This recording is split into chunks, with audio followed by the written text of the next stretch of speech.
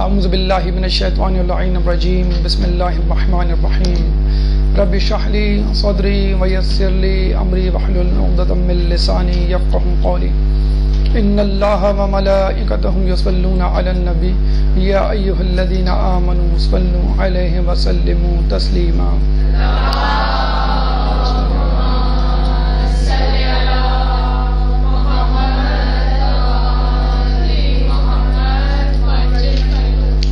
ماہ رجب کی بابرکت ساعتیں ہمارے ساتھ رواں دواں ہیں، اور ان ساعتوں میں جیسا کہ آپ کو معلوم ہے بہت زیادہ خوشی کے ایام اور نسبتیں اور واقعات شامل ہیں۔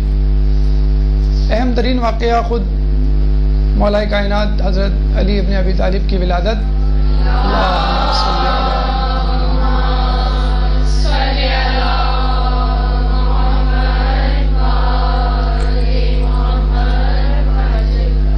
جس کے حوالے سے ہم نے گفتگو پچھلی نشست میں کی تھی، اور وہاں پہ آپ کو یاد ہوگا کہ ہم نے علی کے گہوارے کے واقعے کے حوالے سے یہ کہا تھا کہ علی نے شجاعت کا امتحان گہوارے میں یعنی جھولے میں پاس کر لیا، تو علی جب جوان ہوگا تو کیا کارنامے انجام دے گا۔ تو کل جھولے میں علی اشدہی کے 2 ٹکڑے کرتے ہوئے نظر آتا ہے، تو آج علی مرحب کو پچھاڑنے چلا ہے۔ تو 24 رجب کی مناسبت سے آج کا موضوع جنگ خیبر، یعنی اس کے محرکات، پیغامات اور اشکالات۔ جیسے کہ آپ کو معلوم ہے کہ تاریخی مناسبتیں ہمارے لیے بہت اہم ہیں۔ اگر وہ غم کے ایام ہوں تو ہم غم مناتے ہیں، اگر خوشی کے ایام ہوں تو ہم خوشی مناتے ہیں، اور اس منانے میں چاہے خوشی ہو چاہے غم بہت زیادہ فوائد پوشیدہ ہیں۔ سب سے پہلا فائدہ تو یہ ہے کہ یہ ایک طرح کا اظہار مودت ہے کہ ہم اہل بیت سے محبت کرتے ہیں، ان کو چاہتے ہیں، تو ان کی خوشی میں خوش ہوتے ہیں اور ان کے غم میں غمگین ہوتے ہیں۔ دوسرا اہم پہلو، ابھی میں ایک نیوز ویب سائٹ پہ پڑھ رہا تھا کہ if you are depressed you should watch these 15 movies۔ تو انکریجنگ اور جسے کہتے ہیں کہ موٹیویٹڈ قسم کی موویز، ان کے کمنٹس اور ان پہ تبصرے کہ آپ یہ مووی دیکھیں گے تو آپ میں یہ جذبہ جوش ولولہ۔ تو دیکھیے ہمارے لیے اور ہماری زندگی کا اٹھنا بچھوڑنا جو ہے وہ اہل بیت ہے۔ یہ ممکن ہی نہیں کہ ہم کسی زندگی کے موڑ پہ کسی مسئلے سے دوچار ہوں اور اس کا حل قرآن اور اہل بیت کے پاس موجود نہ ہو۔ تو ایک آدمی ویسی پریشانی میں مبتلا اور اس کو ایک مزید گناہ میں مبتلا کر کے اب ایک اور اس کی پریشانی میں اضافہ کریں، لیکن یہ حقیقت ہے۔ آپ اور ہم بہت خوش نصیب ہیں کہ ہمیں اہل بیت کی دولت میسر ہے۔ تو قرآن تو چلے ٹھیک ہے، ایک ڈاکیومنٹیشن ہے مسائل کے حل کے حوالے سے، لیکن اس کو پریکٹیکل کوئی کر کے جب نہ دکھائے ہم کیسے سمجھ میں آئے گا ہم کو۔ تو ہم بہت خوش قسمت ہیں کہ ہمیں معصومین کی صورت میں ایک ایسی وافر مقدار میں شخصیتوں کی تعداد مل گئی ہے کہ جو ہر جہت سے، ہر مناسبت سے، ہر پہلو سے اس زندگی کے مسائل کو حل کرتی ہوئی نظر آتی ہے۔ تو یہ بدنصیبی ہے اس دور کے لوگوں کی کہ آج کل کا نوجوان، آج کل کی عورت، آج کل کا بچہ جو ہے اپنے مسائل کے حل کے لیے موویز کی طرف دیکھتا ہے، ڈراموں کی طرف دیکھتا ہے، ٹاک شوز کی طرف دیکھتا ہے، مارننگ شوز کی طرف دیکھتا ہے، late night shows, documentaries, advertisement وغیرہ وغیرہ، لیکن سب کے سب ایک ادھورا حل آپ کے سامنے پیش کرتے ہیں، لیکن سب کے سب گناہوں میں ملوث، گناہوں میں آلودہ شخصیت کی کہانی آپ کے سامنے پیش کرتے ہیں۔ تو آسمان سے گرا کھجور میں اٹکے ایک مسئلے سے آپ نکل کے دوسرے مسئلے میں، وہ بھی عارضی حل، کوئی پرماننٹ سولوشن نہیں۔ اور اگر حل نہیں ہو سکا تو یہ آپ کی بدنصیبی۔ ہمارے ہاں تو یہ ہے کہ اگر حل نہیں ہو سکا مسئلہ اسلام کی تعلیمات پر عمل کر کے، تو بھی آخرت میں تو کم از کم ہمیں اس کا فائدہ ملے گا۔ تو مودت کا اظہار ان ایام کو منانے میں۔ Number 2، motivation. جب آپ ڈپریس ہوں، جب آپ فرسٹریٹڈ ہوں، جب آپ پریشان ہوں، تو اہل بیت کی سیرت کا مطالعہ کر لیجئے، آپ بالکل ریفریش، ریفربشڈ اور ایک نئے انسان کی صورت میں اپنے آپ کو پاتے ہیں۔ تیسرا اہم نقطہ یہ ہے کہ پیغامات۔ ولادت علی فقط ایک ولادت تھی، چند معجزات تھے، لیکن آپ نے دیکھا کہ اس میں کتنے زیادہ پیغامات پوشیدہ تھے عقائد کے اعتبار سے، اخلاقیات کے اعتبار سے. تو آج آپ دیکھیے گا کہ کتنے زیادہ پیغامات پوشیدہ ہیں جنگ خیبر میں. ہم تو یہ سمجھتے ہیں سرسری انداز سے موضوع کو سننے کے بعد کہ اس میں بس جنگی پہلو ہوں گے، تلوار زنی ہوگی، تیر اندازی ہوگی، دشمن کو کیسے زیر کرنا ہے، اپنی طاقت کو کیسے استعمال کرنا ہے، سازشیں ہوں گی، ٹیکٹکس ہوں گی، ٹیکنیکس ہوں گی وغیرہ وغیرہ. لیکن نہیں، اہل بیت جہاں جاتے ہیں، چاہے وہ جنگ کا میدان ہو، چاہے وہ امن کا محلہ، اہل بیت اپنے ساتھ پورا کا پورا اسلام لے کر جاتے ہیں. یہ نہیں کہ بھئی جنگ ہے تو بھئی سب کچھ جائز ہے، جیسے کہا جاتا ہے جنگ محبت میں سب کچھ جائز ہوتا ہے. تو ایسا نہیں ہے کہ بس جنگ ہے تو بس اسلام کو بالائے طاق رکھ دیں، یا چھٹیاں ہیں، ہم یہ نہیں کہتے ہیں کہ بھئی چھٹیاں ہیں اب تو انجوائے کرنے دیں، ویکینڈ ہے یا عید کا دن ہے، شادی بیاہ میں تو چلتا ہے، برتھ ڈے میں تو ایسا ہوتا ہے وغیرہ وغیرہ. جس طرح ہم کہتے ہیں نا کہ بس مصلی تک اور امام بارگاہ تک، ہماری مسجد تک ہماری شریعت ہے اور اس کے بعد ہم آزاد ہیں. تو اہل بیت تو آپ دیکھیے گا کہ جنگ ہو، خوشی کا موقع ہو، غم کا موقع ہو، امن کے ایام ہو، اسلام پر چلتے پھرتے قرآن بس ہمیں نظر آتے ہیں. تو مودت کا اظہار ہے، موٹیویشن حاصل کرنے کا ایک ذریعہ ہے. اس کے بعد پیغامات ہیں. نمبر 4 سب سے اہم بات جو ان ایام کو منانے سے اور ان ایام میں سیرت اہل بیت کا مطالعہ کرنے سے، تذکرہ سننے سے ہوتی ہے، وہ یہ ہے اشکالات کا رفع. اب وہ زمانہ ہے، ہمارے چھٹے امام امام جعفر صادق علیہ السلام فرماتے ہیں اللہم صلی علی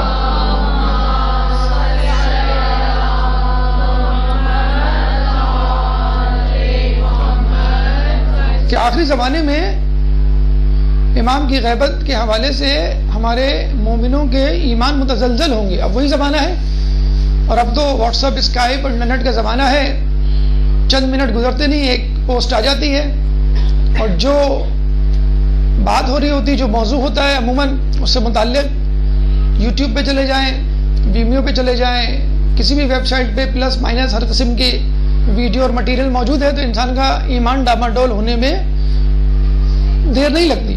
جہاں بہت سے لوگ ہماری طرف آ رہے ہیں، وہاں پہ ہمارے لوگ بھی ایمان کے متزلزل ہونے کا شکار ہو رہے ہیں. تو جو اشکالات، ڈاؤٹس پیدا ہوتے ہیں کہ ایسا ہوا ہوگا، کیا ایسا ممکن ہے، اتنا جسے کہتے ہیں غلو مناسب نہیں وغیرہ وغیرہ. تو ابھی آپ نے دیکھا ہوگا ابھی کچھ دنوں پہلے جو ہے وہ ایک ویڈیو واٹس ایپ پہ سرکولیٹ ہوئی. ایک صاحب جو ہے وہ ایک گھر اور اس کا دروازہ دکھا رہے ہیں لکڑی کا، اور یہ کہہ رہے ہیں دیکھیں یہ ہے در خیبر، جس کے بارے میں شیعہ حضرات کہتے ہیں کہ علی نے جو ہے وہ، تو یہ تھا ہی کتنا بڑا. اور دوسرا بات یہ ہے کہ یہ کوئی اتنا بڑا قبیلہ بھی وہ بھی نہیں تھا، قلعہ بھی نہیں تھا. وہ لگ رہا تھا کسی مقامی شہر کا، علاقے کا کوئی گودام دکھا رہے ہیں وہ. حالانکہ ایسا نہیں ہے، آپ جا کے دیکھیں خیبر کتنا بڑا علاقہ ہے، کتنے بڑے قلعے وہاں پر موجود ہیں. تو اس قسم کی علی کی ضربت کے حوالے سے مذاق اڑانا کہ علی کی ضربت ایسی تھی کہ دنیا کے زمین کے 2 ٹکڑے ہو جاتے، نعوذ باللہ، یہ بالکل غلو ہے وغیرہ وغیرہ. لیکن کیسے ممکن ہے، کس نہج سے، کس پہلو سے ممکن اس کا آپ کو ابھی جائزہ لے کے انشاءاللہ دکھائیں گے. تو آئیے چلتے ہیں ہم خیبر کے میدان میں لائیو ٹیلی کاسٹ آپ کو دکھاتے ہیں کہ وہاں کیا ہو رہا ہے.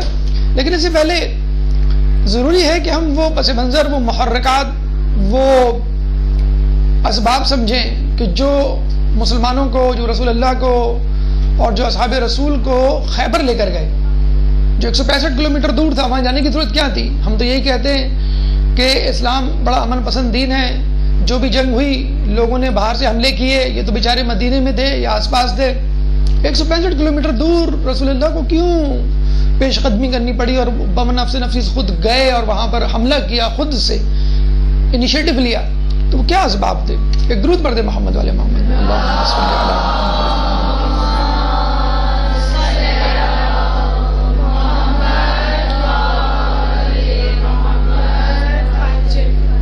دیکھیے غور سے سنیے گا کہ رسول اللہ نے جب مکے سے مدینہ ہجرت کی تو وہاں پہ کیا سیٹ اپ تھا، وہاں پہ کیا سینیریو تھا، وہاں پہ کیا ماحول تھا.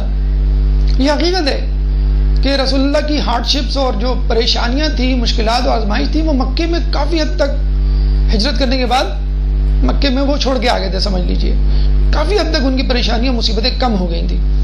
یوں کہہ لیجئے آپ مدینے آ کے سکون کا سانس لیا، دم میں دم آیا، اور مسلمانوں نے سوچنا شروع کیا اب ہمیں کیسے اپنے دین کو پھیلانا ہے، اس کی ترویج تبلیغ کیسے کرنی ہے. اب آپ سینیریو دیکھیں مدینے کا تھا کیا. آپ کو معلوم ہوگا بیعت عقبہ اول بیعت عقبہ ثانی ہوئی تھی، جس کے نتیجے میں 15 اس کے بعد 75 لوگ ایمان لائے. پھر رسول اللہ کو آئیڈیا دیا گیا کہ بھئی آپ مدینے آئیں اور وہاں پہ آپ کو بہت جسے کہتے ہیں ہوم گراؤنڈ ملے گا اور بہترین طریقے سے اسلام کی وہاں پہ ترقی ہوگی. حضرت عباس نے منع بھی کیا اور کہا کہ آپ مکے میں تو محفوظ ہے نہیں، آپ وہاں جا کے کیا محفوظ اجنبی علاقے میں. تو ان لوگوں نے باقاعدہ اس پہ بیعت کی، اللہ کی وحدانیت پہ بیعت کی، رسول اللہ کی رسالت پہ بیعت کی اور پھر اپنی جان دینے پہ بیعت کی کہ پہلے ہم قتل ہوں گے پھر آپ کی باری آئے گی. تو رسول اللہ ان کی یقین دہانی پہ چلے گئے. جب وہاں کے سینیریو سنیے، یہاں یہ سوال سب سے پہلے آپ کے ذہن میں پیدا ہونا چاہیے کہ یہودی کر کیا رہے تھے؟ What the hell they were doing there؟ مدینے میں ان کا کیا کام؟ ٹھیک ہے ابھی وہ کہیں اور نظر آتے ہیں امریکہ، یورپ اور اسرائیل میں، لیکن مدینے میں یہودیوں کا کیا کام؟ اچھا کرسچنز بھی تھے، بہت زیادہ نہیں تھے، لیکن کم از کم اس کے قریبی علاقوں میں، اگر نجران میں تو تھے. تو پھر وہی بات کہ عیسائی وہاں پہ کیا کر رہے تھے؟ عیسائیوں کا وہاں پہ کیا کام؟ بہت بڑا کام. عیسائی اور یہودی وہی کر رہے تھے جو ہم اس وقت کر رہے ہیں. کون؟ مسلمان، خصوصاً اہل بیت کے ماننے والے امام زمانہ کا انتظار. وہ آخری نبی کا انتظار کر رہے تھے. ان کی کتاب توریت میں، ان کی کتاب زبور میں، انجیل میں یہ لکھ دیا گیا تھا کہ ایک نبی آئے گا جو عرب علاقے میں اس کا ظہور ہوگا اور وہ مدینے میں ایک حکومت بنائے گا، مدینے میں جو ہے وہ قیام کرے گا. تو یہ یہودی یہاں پر آ گئے، عیسائی بھی آ گئے کہ دیکھیں بھی یہاں پر وہ آخری نبی آنے والا ہے. لیکن اپنے زعم میں مبتلا تھے کہ ہم چونکہ اللہ کی فیوریٹ قوم ہے، یعنی یہودیوں نے کہا نبی ہمارے میں سے ہونا چاہیے، عیسائیوں نے کہا نہیں نبی ہمارے میں سے ہونا چاہیے. جب رسول اللہ ہجرت کر کے مدینے آتے ہیں اور ان کی شخصیت، ان کی زندگی، ان کے روب و دبدبے اور نشست و برخاست سے یہ پہچان لیتے ہیں کہ یہ واقعی وہی نبی ہے. قرآن میں ہے نا کہ یہ تم کو اس طرح پہچانتے ہیں جیسے اپنی اولادوں کو پہچانتے ہیں. پہچان تو گئے لیکن دل میں حسد کی آگ بھڑک اٹھی کہ نبی ہماری قوم سے کیوں نہیں، عربوں سے کیوں؟ ادھر عیسائی بھڑک اٹھے کہ نبی ہماری قوم سے کیوں نہیں، کسی غیر قوم سے کیوں؟ اب دونوں کی قوموں کی دلوں میں جو ہے وہ حسد کی آگ. ایمان نہیں لائے. اسی نبی جس کا انتظار کر رہے تھے اسی کو پھر قتل کرنے کے در پہ ہو گئے. تو مائنڈ اٹ ویل، جو لوگ امام کا انتظار کر رہے ہیں وہ یہ نہ سمجھے کہ امام آئیں گے تو بس ہم ان کے ساتھ شامل ہو کے، ہو سکتا ہے وہ آپ کو کچھ بھی نہ دیں. جو آپ سمجھ رہے ہیں نا کہ مجھے فلاں کی کمنڈری مل جائے گی، بڑا مقام مرتبہ ملے گا اور مجھے سلانگوں میں بٹھایا جائے گا، ہم تو علی کے ماننے والے اہل بیت کے چاہنے والے ہیں. ہو سکتا ہے آپ کو کچھ بھی نہ ملے، صرف سختیاں ملے. ہو سکتا ہے پھر آپ یہود و نصارہ کی طرح کہیں کہ بھئی ہمیں تو کچھ نہیں ملا، غیروں کو تو آپ نے بہت نواز دیا. تو یہودی ناراض ہو گئے، عیسائی ناراض ہو گئے. اب سنیے، انصار جو مدینے کے رہنے والے تھے، مشرکین تھے، وہ بھی رسول اللہ کی تعلیمات سنی تو وہ ایمان لے آئے اور ماشاءاللہ غائبانہ طور پہ ان کی محبت میں گرفتار ہو گئے.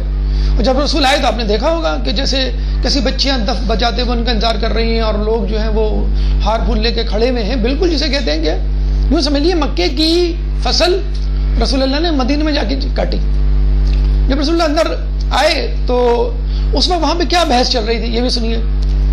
تینوں گروہ یہودی، عیسائی اور انصار، مقامی افراد اکثر آپس میں لڑتے رہتے تھے. یہودی سب سے ریچسٹ قوم تھی، متمول اور سب سے ایجوکیٹڈ قوم تھی. کیوں؟ صاحب کتاب تھے. جب صاحب کتاب تھے تو ان کو لکھنا پڑھنا آتا تھا، ان لوگوں کو نہیں آتا تھا. انصار مدینے والوں کو، عیسائی بھی کسی حد تک پڑھے لکھے تھے، صاحب کتاب تو تھے. اچھا، یہ دونوں قومیں فخر کرتی تھیں. اور یہ جو مدینے میں رہنے والے انصار تھے یہ بیچارے بت پرست تھے اور پڑھنا لکھنا بھی نہیں جانتے تھے، غریب بھی تھے. ان کی مثال بالکل ایسے تھی جیسے آج کل ساؤتھ افریقہ میں انڈینز چھائے ہوئے ہیں، غیر ملکی ہیں لیکن ان کے بزنس پہ انڈینز کا قبضہ ہے. تو سعودی اور عیسائی، سعودی یہودی منہ سے نکل ہی آتا ہے ایک جیسے الفاظ ہیں. یہودی اور عیسائی وہاں پہ مدینے میں موجود تھے اور پہلے ہی سے انصار سے نفرت کرتے تھے. انصار نے رسول اللہ کو ویلکم کیا، ان کو لیڈر مل گیا، ان کو نبی مل گیا تو اور جلنے لگے. اچھا، وہاں پہ یہ ڈیسیجن لیا جا رہا تھا کہ ہم آپس میں لڑ رہے ہیں تو ہم کیوں نہ ایک یونانیمسلی آن بورڈ ایک لیڈر منتخب کر لیں جو ہم کو گائیڈ کرے اور ہمارے مسئلے کو حل کرے. اور آپ کی حیرت کی انتہا نہیں ہوگی جب آپ کو معلوم چلے گا کہ ان تینوں میں آپ کو معلوم ہے کون لیڈر بن گیا تھا. اعلان ہونا باقی تھا. عبداللہ بن ابی. جو منافقوں کا سردار تھا، اس کو چن لیا گیا تھا، انصار میں سے تھا، اور وہ تینوں کو لیڈر بننا تھا. اس کا اعلان ہونا باقی تھا، اعلان ہونا باقی تھا. رسول اللہ آئے تو لوگوں نے کہا کہ بھائی رسول اللہ از دا بیسٹ کینڈیڈیٹ، کیونکہ یہ باہر کے ہیں، نبوت کا دعویٰ بھی ہے. چلیں اگر عیسائی اور یہودی نہ بھی مانے کوئی بات نہیں، لیکن بہرحال اخلاق میں تو نبی جیسے ہی ہیں. ہم تو نبی مانتے ہیں، وہ لوگ مانتے ہو نہ مانتے ہو، اور یہ غیر ملکی یعنی غیر مدنی ہیں، باہر کے ہیں، تو یہ فیصلہ صحیح کریں گے. تو انہوں نے بالکل جسے کہتے ہیں نا یکلخت عبداللہ بن ابی کو لیڈر بنانے کا فیصلہ کینسل کیا اور رسول اللہ کو لیڈر بنا دیا. بس عبداللہ بن ابی کے دل میں وہی آگ بھڑکی جو شیطان کے دل میں بھڑکی تھی. تو عبداللہ بن ابی ظاہری طور پہ اسلام لے آیا اور اس کے ساتھی بھی، لیکن اندر حسد کی آگ بھڑک رہی تھی کہ میں نہیں چھوڑوں گا. اور اس نے ہر جنگ میں مسلمانوں کو کے پیٹھ میں چھرا گھونپا ہے، آستین کا سام بن کے وہ رہا ہے ہمیشہ. لیکن مجبوری تھی رسول اللہ کی، ظاہر پر ان کو فیصلے کرنے تھے. یہودی اور عیسائی بھی اس بات میں تلے ہوئے تھے کہ ہم صحیح ہیں، ہم صحیح ہیں، ہم صحیح ہیں. مناظرے پہ مناظرے، مذاکرے پہ مذاکرے، ڈسکشن پہ بحث و بحث. قالوا تعالوا ندعو ابناءنا ابناءکم ونساءنا ونساءکم وانفسنا. ٹھیک ہے یار، ڈو دا ہیل ود، چھوڑ دو اب ڈسکشن، اب آ جاؤ مباہلہ کرتے ہیں، لیٹس سی کون حق پر ہے. تو مباہلے میں شکست کھا گئے. وہ شکست ابھی تک انہوں نے دل پہ لی ہوئی ہے. روایت میں آیا ہے کہ انسان اپنی بے عزتی معاف تو کر دیتا ہے، بھولتا نہیں. ابھی تک عیسائیوں نے یہود و نصارہ تمہارے دوست نہیں بن سکتے. کیوں؟ مباہلے کی شکست، اور ایسی شکست الہی شکست اللہ ڈکلیئر کر رہا ہے کہ علی الکاذبین، لعنت اللہ علی الکاذبین. عیسائی دیکھ لیا آپ نے، ان کی دشمنی مسلمانوں سے کیوں کر ممکن ہوئی؟ مباہلے کی وجہ سے. یہودیوں نے کہا کہ نہیں، ہم مباہلہ کچھ نہیں کریں گے، ہم تو پریکٹیکل بلیو کرتے ہیں، دو ہاتھ کر لو ہم سے، ہم تو تمہیں نہیں چھوڑیں گے، اور let's have a fight, let's have a duel, کہ آؤ لڑ لیں، ہم دیکھ لیں کس میں کتنا دم ہے. تو یہ پہلے تو سازشیں کرتے رہے بزدلوں کی طرح. پھر جب ان پہ شب خون مارا گیا، یعنی رسول اللہ نے اور اصحاب نے وہاں پہ چھاپا مارا خیبر میں جا کے، تو انہوں نے کہا ٹھیک ہے، ہم پوری جمع پونجی، پوری طاقت جو ہے لگا دیں گے اور دکھا دیں گے، کیونکہ یہ فائنل بیٹل ہے، فائنل ورڈکٹ ہوگا پوری دنیا کے لیے قیامت تک کون حق پر ہے. خیبر میں جو شکست ہوئی، جس نہج کی ان کو توہین اٹھانی پڑی، وہ آج تک ان کے دلوں میں ہے. اس لیے یہودی آج تک مسلمانوں سے منافرت اور نفرت رکھتے ہیں. یہود و نصارہ کی دشمنیاں آپ نے دیکھ لی. اب آ جائیے وہ لوگ جو منافق تھے، بظاہر اسلام لے آئے تھے، انہوں نے کیوں نہیں مانا؟ کہ کیوں نہیں؟ کیونکہ ہماری لیڈر عبداللہ بن ابی کو نہیں بنایا. اب آئیے، اب آپ نے دیکھ لیا ان تینوں گروپس کی مسلمانوں سے دشمنی کیوں تھی. انصار میں دو گروپ کہہ لیں ہم، ایک تو وہ جو رسول اللہ پہ ایمان لے آئے، ایک وہ منافقین جو لائے تو ایمان لیکن اندر سے ٹھیک. اچھا، اب یہاں پہ تھوڑا سا نا غور کیجئے اور لوگوں کو بتلائیے کہ ہم علی علی اتنا کرتے کیوں ہیں. رسول اللہ کے کتنے دشمن تھے؟ تین گروپس، انصار کے منافقین، یہودی، عیسائی، اور اگر چوتھا گروپ لے لیں خارجی، کون سا؟ مکے والا، مشرکین مکہ. اب علی اور اہل بیت کی قربانیاں دیکھ لیے ان چار دشمنوں سے لڑنے کے لیے. مشرکین مکہ سے جتنی بھی جنگیں ہوئی، احد، بدر، خندق، پوری لے لیں آپ، 80 سے زیادہ جو غزوات ہیں، ان تمام میں مین آف دا میچ کون رہا؟ بدر میں 70 مارے گئے، 35 علی نے مارے، 35 جو مارے گئے اس میں بھی ہیلپ کی علی نے. احد میں لا سیف لا فتح الا علی، لا سیف آسمان سے تلوار. خندق میں عمر بن عبد الود. یہ بس 3-4 حصے، پھر آپ الی آخر چلتے چلے جائیے. آپ مشرکین مکہ کی آنکھوں میں کون کھٹک رہا تھا؟ علی. عبداللہ بن ابی، اس نے کہا کہ یہ تو میری ٹرن لے گئے رسول، اس کے بعد ان کا جانشین علی ان کی ٹرن لے لے گا، میرا تو نمبر ہی نہیں آنا ہے. تو یہ ان کا وہ تھا. اچھا، اتنی بہتات تھی کہ یہ باہر سے تو ایمان لائے ہوئے تھے، اندر سے نہیں. تو صحابہ نے کہا کہ بھئی ہم کیسے پہچانیں؟ مشرکین مکہ تو اعلان کہتے تھے کہ ہاں ہم ہیں مشرک، ہاں ہیں ہم بت پرست، کر لو جو کرنا ہے. اور منافقین تو کہتے نہیں، ان اللہ معنا. اور جب شیطانوں سے اپنے دوستوں سے ملتے تھے کہ ہم تمہارے ساتھ ہیں اور ہم ان کے ساتھ جو ہے وہ ٹھٹا کر رہے ہیں, مذاق کر رہے ہیں. اللہ یستہزئ, اللہ ان سے مذاق کر رہا ہے, وہ نہیں اللہ سے مذاق کر رہا ہے. رسول پوچھا ہم کیسے ڈسٹنگوش کریں, کیسے معیار قائم کریں کہ کون منافق ہے کون مومن؟ تو رسول نے کیا کہا, علی کی محبت ایمان کی علامت, علی سے نفرت نفاق کی علامت. ایک گروہ کو جنگوں کے دوران جو ہرایا پچھاڑا علی کی تلوار نے, دوسرے گروہ کو جو علی اور اسلام کے خلاف تھے اس کے لیے معیار کون بنا؟ علی. مباہلے میں کون گیا تھا رسول کے ساتھ؟ علی کی زوجہ, علی کے بیٹے اور علی کا بھائی یعنی رسول. تو عیسائیوں کی بھی آنکھوں میں کون کھٹکتا تھا؟ علی کھٹکتا تھا. یہودی خیبر میں ذلت کس کے ہاتھوں اٹھائی؟ حیدر, علی کے ہاتھ. تو آپ نے دیکھا ان چاروں جگہوں پہ مشرکین مکہ اور مدینے کے 3 گروپس, عیسائی, یہودی اور منافقین, ان سب کی آنکھوں میں کون کھٹکتا تھا؟ علی. اور آج بھی آپ دیکھ لیجئے جہاں پہ شیعان علی جمع ہو جائیں, ایک مجمع, ایک انبا نظر آ جائے عزاداری کی صورت میں یا قوم و ملت مثلا ایران کی صورت میں, لوگ ڈرے ہوئے سہمے میں. سعودی عرب وہ کوئی ایسا مسئلہ نہیں ہے, ہی از ان اور پاکٹ. ان کے ساتھ دیکھیں یہود و نصارہ, اگر آپ کو پہچاننا نا اس وقت کون حق پر ہے مسلمانوں میں, تو آپ یہ دیکھیے امام حسین سے کسی نے پوچھا کہ میں کیسے پہچانوں, جب میں پریشان ہو جاؤں گا حق کہاں ہے؟ تو امام نے کیا کہا کہ جب باطل کے تیروں کا رخ دیکھ لو وہ کس طرف ہے, بس وہیں پر حق ہوگا. تمام مسلمان مل کے کس کے خلاف فورس بنا رہے ہیں, فوج بنا رہے ہیں؟ شیعان علی کے خلاف. اور آپ یہ دیکھ لیجئے کہ یہود و نصارہ کا اس وقت گٹھ جوڑ کس سے ہے؟ آل سعود سے. محمد بن سلمان کہتا ہے کہ اسرائیل کا حق ہے وہ اپنی اسٹیٹ الگ بنائیں. ٹرمپ کے ساتھ بلینز اینڈ بلینز ڈالرز کے معاہدے کیے جاتے ہیں, ان کو بلایا جاتا ہے. اس وقت یہود و نصارہ کا کون دوست ہے؟ بس وہ حق پر نہیں ہے. اس وقت علی کے ماننے والوں کا دشمن کون ہے؟ بس اب وہ حق پر نہیں ہے. تو آپ نے دیکھا کہ یہود, نصارہ, منافقین کس طرح دشمن تھے, کس طرح دشمنیاں نبھائیں اور ان کی دشمنیوں کس طرح بے نقاب کیا اور ان کی دشمنیوں کو کس طرح دیوار سے لگایا علی نے. اب آپ دیکھیے جب ان کی ریشہ دفانیاں بہت بڑھ گئیں, احد ہو کہ بدر ہو کہ خندق ہو, احزاب ہو, تمام جنگوں میں بعد میں پتہ چلتا تھا جنگ ہونے کے بعد کہ بھئی یہودیوں نے اسلحہ سپلائی کیا تھا, یہودیوں نے جو ہے وہ مخبری کی تھی. تو رسول اللہ نے 1 نہیں 2 نہیں 3 نہیں تقریباً ہر جنگ میں یہی ہونے لگا. اور اس کے علاوہ بھی پتہ چلا کہ بھئی یہ ہمارے خلاف سازشیں کر رہے ہیں. تو رسول اللہ نے ان کو نکال دیا, جلا وطن کر دیا کہ اب آپ یہاں سے چلے جائیں, آپ کو حق حاصل نہیں ہے. عبد المطلب نے, بنی ہاشم نے کس کو نکالا تھا مکے سے باہر؟ بنو امیہ کو. 10 سال تک شام بدر کر دیا تھا کہ تم اس قابل نہیں ہو کہ اس مکے میں اس سرزمین پہ رہو. وہی بنو امیہ بعد میں مسلط ہوئی, لوگوں کو پتہ بھی نہیں چلا, لوگوں نے خیال بھی نہیں کیا یہ وہی لوگ تھے جن کو نکالا گیا تھا, اور تمام مکے والوں نے مل کر نکالا تھا کہ اس قابل نہیں کہ یہاں پہ رہے.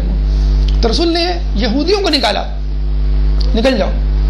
کچھ شام چلے گئے, کچھ فلسطین چلے گئے, کچھ مدینہ سے نکل کر 165 کلومیٹر دور ایک اونچی جگہ تھی, نخلستان تھا, وہاں پہ جا کے بیٹھ گئے. لیکن وہاں پر بیٹھ کر, خیبر جسے کہتے ہیں, وہاں پہ بیٹھ کے مسلمانوں کے خلاف سازشیں کرتے تھے, مسلسل سازشیں کرتے تھے. ایک جسے کہتے ہیں کہ سازشوں کا اڈا, مرکز انتشار, مرکز نفرت, وہ وہاں پہ بیٹھ گیا تھا. مرکز اسلام کے خلاف ایک مرکز بن گیا تھا وہ. اچھا چلیں آپ دل کے پھپولے نکالیں, ایک دوسرے کے ساتھ مل کر دوسرے کی اسلام کی اور مسلمانوں کی خلاف برائیاں کریں, یہاں تو ٹھیک ہے. لیکن پھر وہ باقاعدہ طور پہ اجتماعات منعقد کرتے تھے, جیسے UNO اور نیٹو وغیرہ کے اجلاس ہوتے ہیں, سب مسلمانوں کے خلاف ہی ہو رہے ہوتے. تو اجلاس منعقد ہوتے تھے, کبھی خیبر کے اندر اور کبھی خیبر کے باہر. اس کی بھی رپورٹ رسول اللہ کو ملنے شروع ہو گئی. پہلے تو نمبر 1 خیبر اڈا بن گیا, اماجگہ بن گیا سازشوں کی مسلمانوں کے خلاف. نمبر 2 اجتماعات منظم کروانا, آرگنائز کروانا اجتماعات مسلمانوں کے خلاف. نمبر 3 جنگوں میں پریکٹیکل, عملی, مالی امداد فراہم کرنا.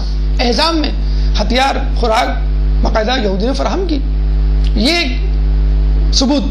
اور پھر سب سے آخر میں قبیلوں کو ابھارنا، اکسانا، ٹمپٹیٹ کرنا، ان کو ترغیب دینا کہ تم لوگ مسلمانوں کے خلاف کیوں نہیں لڑتے، لڑو ہم تمہیں ساتھ دیں گے. بنی غطفان ایک قبیلہ تھا مکے میں، بہت مشہور، بہت بڑا، بہت طاقتور. تو ان کی ان سے بڑی اچھی انڈرسٹینڈنگ تھی کہ ہم تمہیں پیسے دیں گے، ہم تمہیں خوراک دیں گے، ہم تمہیں مویشی دیں گے، ہم تمہیں ہتھیار دیں گے، ہم تمہیں افرادی قوت فراہم کریں گے، تم جاؤ لڑو مسلمانوں کے ساتھ اور ہم تمہارے پیچھے.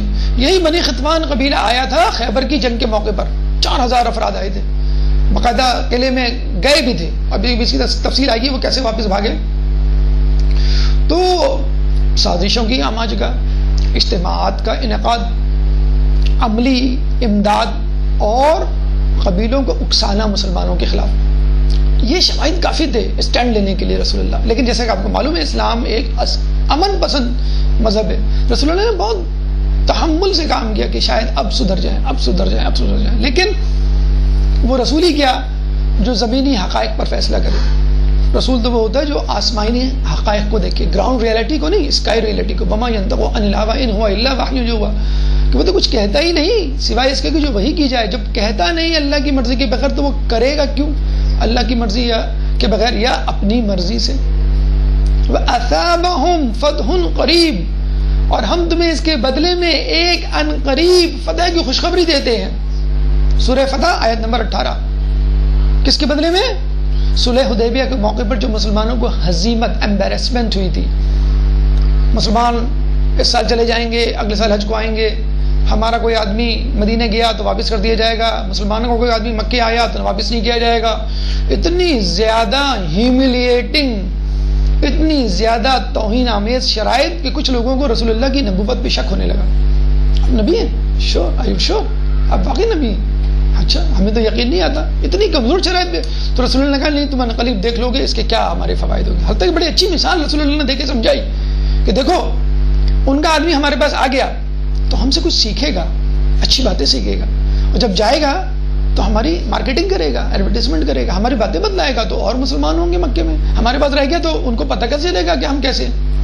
اور اگر ہمارا کوئی بندہ وہاں گیا، اچھی بات ہے وہ رکھ لیں، ہمیشہ کے لیے ہمارا ایک سفیر ہوگا، ہمیشہ کے لیے ہماری گن گانے والے، ہماری تعریف کرنے والا اور ہماری باتیں کرنے والا ایک ہمیں ایک مستقل طور پہ ایک اسپیکر مل جائے گا. تو بہت اچھی بات ہے، چلتا پھرتا ایک مبلغ مل جائے گا. اس طرح بہت ساری ٹیکٹکس اور مختلف پہلو سے روشن ڈالی کہ یہ ہمارے لیے بہت بہتر ہے. لیکن بہرحال ایک کمزوری تو فیل ہوتی ہے کہ آدمی جو ہے بڑے شوق و ذوق سے حج پہ آئے اور کہا جائے کہ آپ جا سکتے ہیں، آپ اگلے سال آئیے گا. اب یاد کیجئے امام حسین کو کیا ایمبیرسمنٹ ہوئی ہوگی، کتنی شرمندگی، کتنی پریشانی، کتنی مشکل سے انہوں نے احرام اتارا ہوگا، حج کو عمرے میں تبدیل کیا ہوگا. آپ اور ہم جو بھی لوگ زیارت پہ جاتے ہیں، زیارت پہ آپ اترتے ہی آپ کو کہہ دیا کہ واپس لے آئیں، زیارت نہیں ہوگی، واپس لے آئیں، حج نہیں ہوگا آپ کا، سانپ لوٹ جائیں آپ کی سینے پہ اور آپ جو ہیں وہ مرنے کا جی چاہے جسے کہتے ہیں. تو رسول اللہ واپس آئے. اسی صلح حدیبیہ کے موقع پہ یہ آیت اتری، وَأَثَابَهُمْ فَتْحٌ قَرِيبٌ، ہم تمہیں اس کے بدلے، یعنی یہ جو شرمندگی ہو رہی ہے تم کو، اس کے بدلے ہم تمہیں ایک عنقریب فتح کی خوشخبری دیتے ہیں. وَغَنَائِمْ كَثِيرٌ، اور بہترین کثیر تعداد میں مال غنیمت بھی ملے گا. اللہ کہہ رہا ہے کہ بہت زیادہ ملے گا، تو پھر کتنا زیادہ ملے گا؟ ایک عام آدمی کہے، ایک بچہ کہے کہ بہت بڑا پہاڑ ہے تو سب آدمی کہہ سکتا ہے، نیگلیکٹ کر سکتا ہے. اس کا باپ کہے بہت بڑا پہاڑ ہے تو اللہ کہہ رہا ہے کہ اتنی بڑی تمہیں دولت ملے گی، تو کتنی بڑی دولت ملے گی. تو سورہ فتح کی ابتدائی 15 آیات علماء اعلام فرماتے ہیں یہ اسی بارے میں ہے. کس کے بارے میں؟ فتح خیبر کی خوشخبری کے بارے میں. اب اللہ کا رسول جو ہے مکمل طور پہ تیار ہو گیا کہ بس ایک تو میرا دل بھی چاہ رہا تھا، اب اللہ نے وحی کر دی. معراج پہ پوچھا تھا رسول اللہ سے کہ تم کس کو اپنا جانشین بنانا چاہتے ہو؟ دل تو چاہ رہا تھا کہہ دوں علی کو، لیکن رسول نے کہا بس آپ جس کو کہیں. تو اللہ نے کہا علی کو، ہاں علی کو. تو رسول بیچارے خود سے کہتے نہیں تھے جب تک اعلان نہ کر دے. تو آیت آئی، آیت اتری کہ جاؤ تمہارے لیے خوشخبری ہے اور تمہارے لیے فتح انتظار کر رہی ہے.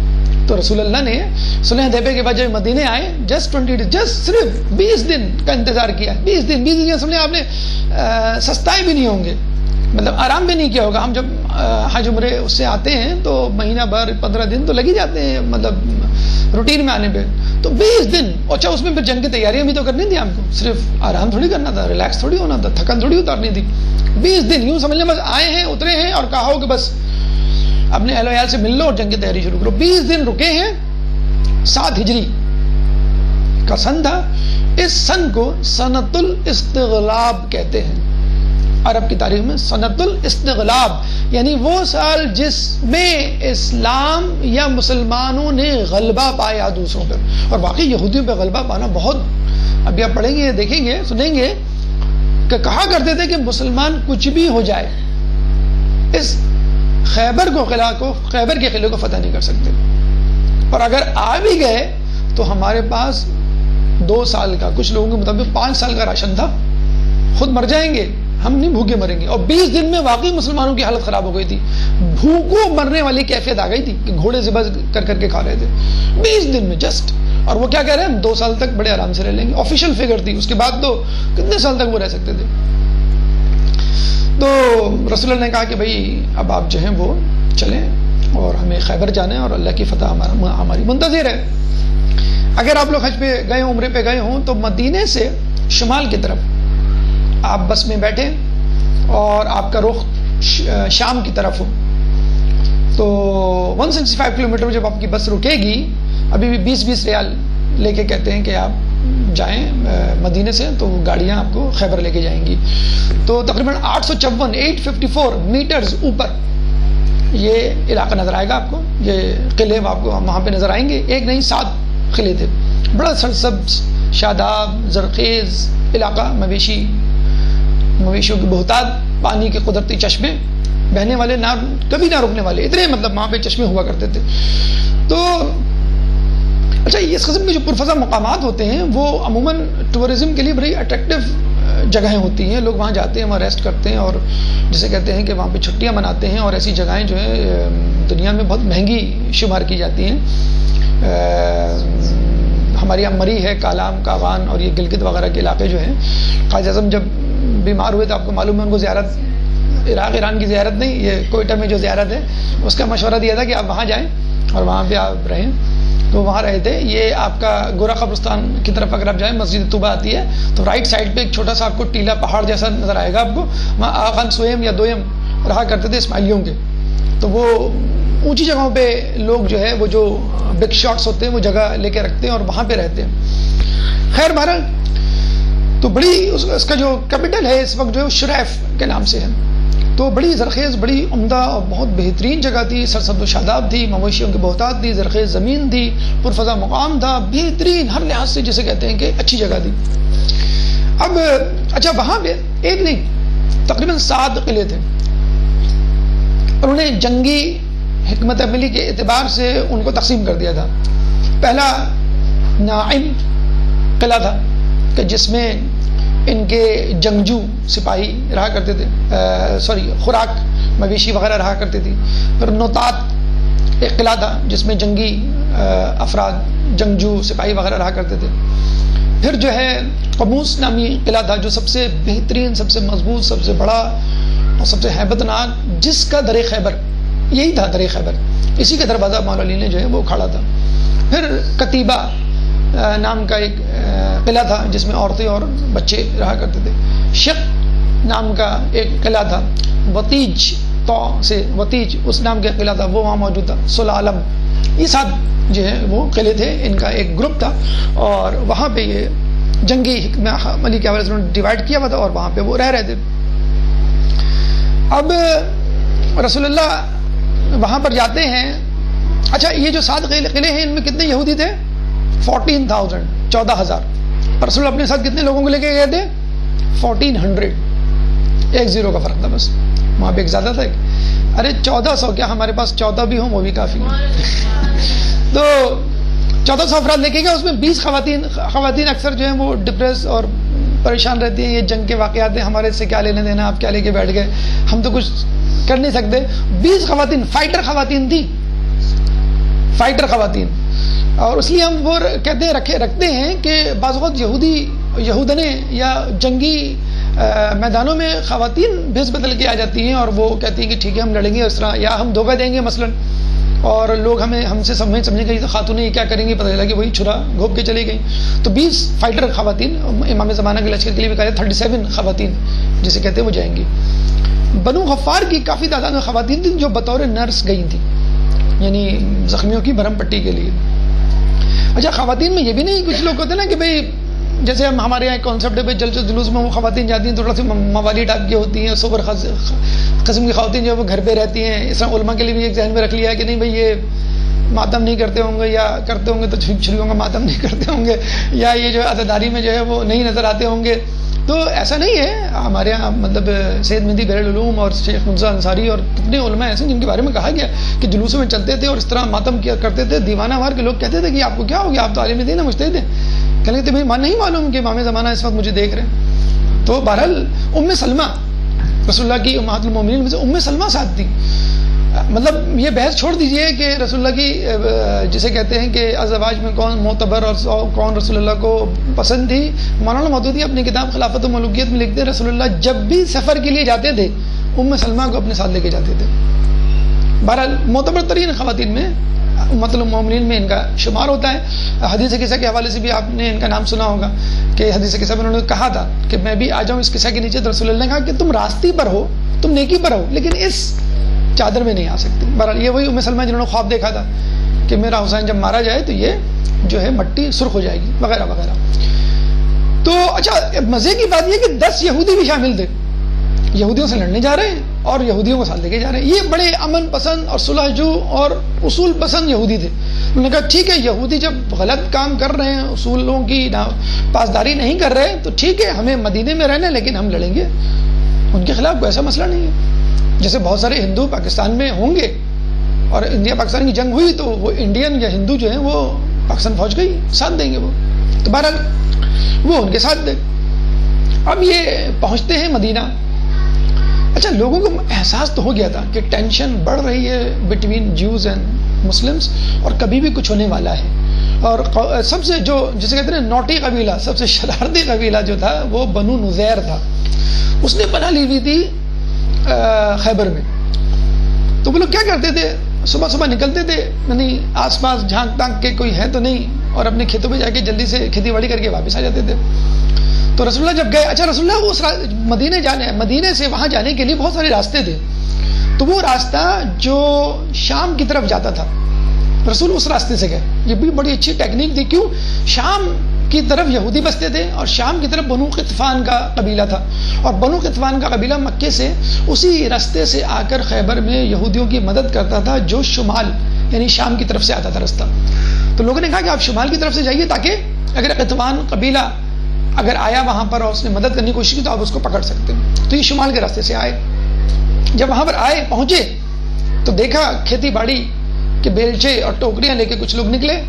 جیسے نکلے مسلمانوں کو دیکھا، ارے مسلمان بھاگ کے اندر قلعے میں اندر چھپ گئے. تو رسول اللہ نے بڑے مسکراتے ہوئے جسے کہتے ہیں کہ ریلیکس موڈ میں اور بڑا ایک تو انہوں نے یہ کہا کہ بھئی یہ تو فعال ہمارے لیے اچھی ہے.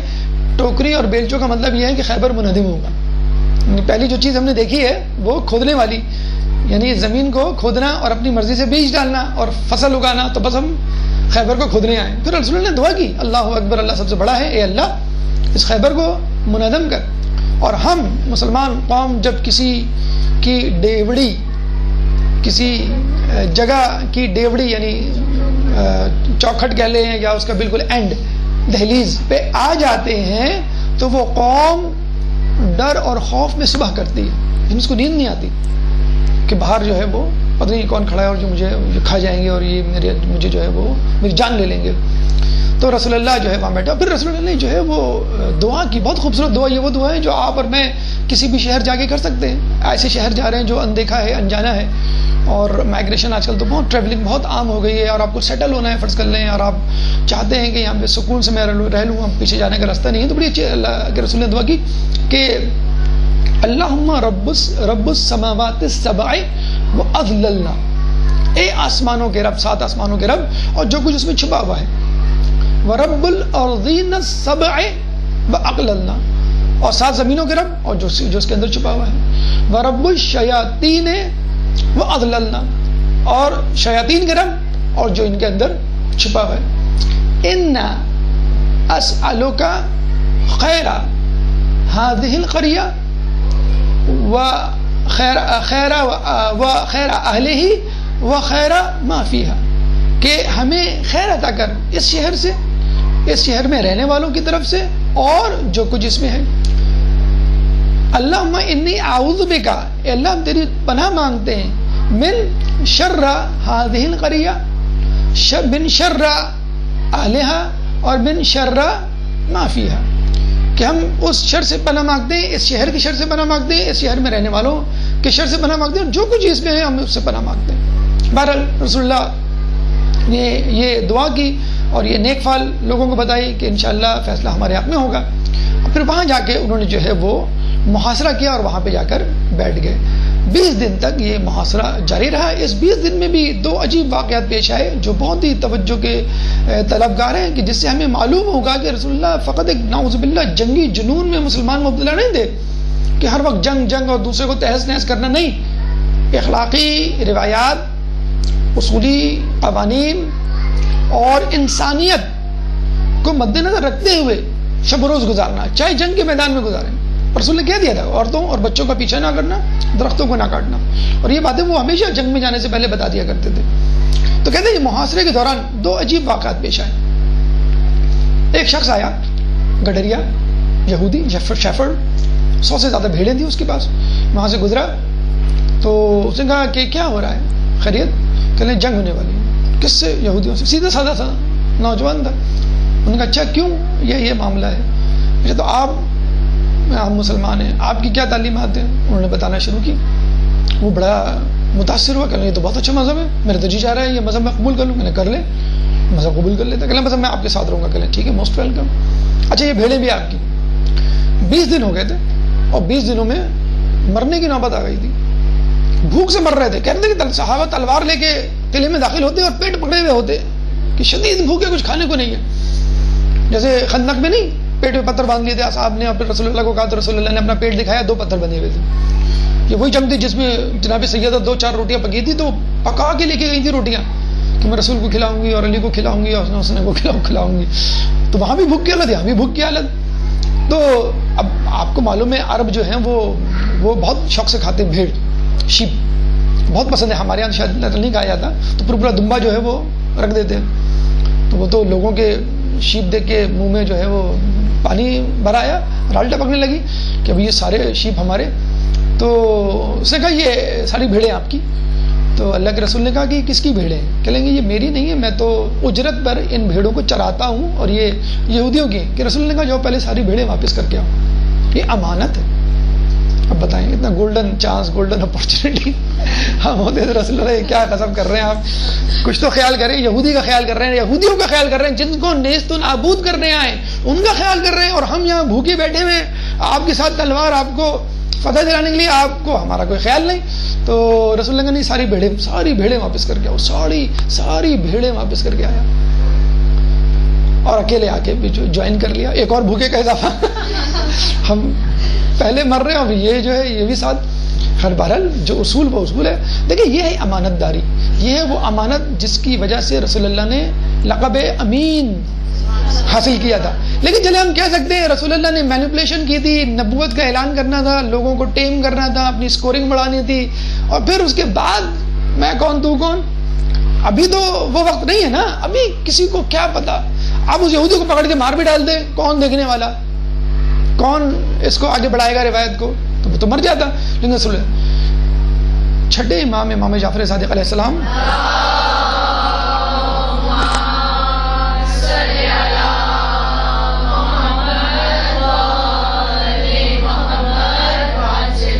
ابھی خیبر شروع نہیں ہوئی ہے، 1 گھنٹہ ہونے کو آ رہا ہے۔ تو رسول نے چھٹے امام فرماتے ہیں کہ اگر میرے پاس میرے باپ کا دشمن عبد الرحمن ابن ملجم بھی امانت رکھنے کے لیے آئے تو میں اس کو واپس کر دوں، امانت رکھ کے جب بھی وہ مانگے گا وہ امانت پوری کی پوری واپس کر دوں۔ اتنا سخت جملہ، اتنا سخت دشمن کے لیے کہہ رہے ہیں میں اس کی امانت میں خیانت نہیں کروں گا۔ یہ ہے مسلمان، اور ہم تو جسے کہتے ہیں کہ بغلے بجانے کے لیے، تاری بجانے کے لیے تیار رہتے ہیں۔ جہاں بھی ہماری نند کو چوٹ آئی اور یا ہماری سسرال میں جو ہم پہ ظلم کر رہا ہے مثلاً، یا ہمارے رشتہ داروں میں پھپھو یا جو بھی ہے آپ کی ولن ان کو ذات سے ہم نے سنا ہاسپٹل میں ہے وہاں پہ. اچھا ہاسپٹل نہیں، میرا مطلب ہے کہ کون سے ہاسپٹل میں. تو وہ دانت نکل آتے ہیں اور ہم خوشی سے بانچیں ہماری کھل جاتی ہیں. یہ وتیرہ، یہ طریقہ کار نہیں تھا رسول اللہ کا کہ اپنے دشمنوں کا بھی خیال. اس کو ہم انسانیت کہتے ہیں. یہ جو دشمن آپ کو بیوقوف بنا رہا ہے نا کہ بھائی اچھا انسان بننا ضروری ہے، مسلمان بننا ضروری نہیں ہے. اچھا انسان بنیے. ارے کس نے کہہ دیا؟ ایک صاحب بڑے مزے سے کہہ رہے ہیں میں اپنے فیملی کو کینیڈا سیٹل کروا رہا ہوں، بچے بھی میرے وہیں سیٹل ہو رہے ہیں اور دے آر ویری گڈ مومن، اور اب میں ان کو اچھا انسان بنانا چاہ رہا ہوں. میں نے کہا ارے بھائی کس نے کہہ دیا کہ انسانیت الگ ہے اور اسلام الگ ہے؟ انسانیت اسلام کے اندر موجود ہے. یہ انسانیت، یہ تھی نا انسانیت کہ 100 بھیڑیں واپس کر دی کہ جاؤ ان کو پہلے واپس کر کے آؤ. یہ واقعہ ایک واقعہ اور محاصرے کے دوران پیش آیا کہ جو بالکل جسے کہتے ہیں نا کہ اس سے صاف لگ رہا تھا کہ رسول اللہ جنگ تو کرنے آئے لیکن کسی بھی صورت اپنے اصولوں کو، اپنے ایمان کو اور اپنے قوانین کو بلڈوز نہیں ہونے دیں گے. ہم کہتے ہیں نا جنگ اور محبت میں سب کچھ جائز ہوتا ہے. تو بہرحال رسول اللہ ایک دفعہ اصحاب لڑکے واپس آئے، دیکھا رسول اللہ بیٹھے ہوئے اور سامنے ایک شخص بیٹھا ہوا ہے بالکل مؤدب انداز سے، جامد و ساکت، ہل ہی نہیں رہا ہے. اب وہ کہہ رہے ہیں یہ شخص کون ہے؟ مسلمان تو ہو نہیں سکتا کہ سارے مسلمان سب ساتھ گئے ہوئے، یہ شخص بیٹھا ہوا ہے اور رسول کی طرف رخ کر کے بیٹھا ہوا ہے جیسے کوئی سبق پڑھ رہا ہو شاگرد کسی استاد سے. آہستہ آہستہ قریب گئے تو یوں جا کے دیکھا تو جامد و ساکت اسٹیچو کی طرح بالکل فریز ہوا ہوا بیٹھا ہوا ہے. تو رسول سے پوچھا بھائی یہ کیا معاملہ ہے؟ کہنے لگے یہ شخص آیا تھا تلوار ہاتھ میں لے کے، میں سو رہا تھا اور زور سے چیخا اے محمد تجھ کو میری تلوار سے کون بچائے گا؟ میری آنکھ کھلی، میں نے کہا میرا خدا. آنکھ کھول کے بس ایک جملہ کہا میرا خدا، اور کون بجائے گا؟ ہم ہوتے تو ہڑبڑا کے اڑ جاتے، درخت کے پیچھے چھپ جاتے اور کہتے بھائی معاف کر دو، کبھی خیبر نہیں آؤں گا میں. کتنی سکون اطمینان. دیکھیے اس کو کہتے ہیں توکل اللہ، جو ہر وقت آپ کے ساتھ ہو، جنگ کی حالت ہو، امن کی حالت ہو، میرا خدا.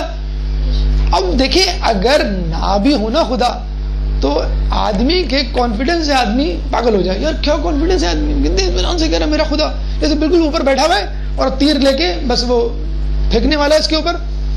تو جب اس نے یہ سنا تو وہ کپانے لگا، عجیب ہیبت اس پہ طاری ہو گئی، تلوار اس کے ہاتھ سے چھوٹ کے گر گیا اور خود بھی وہ بے سود ہو کے گر گیا.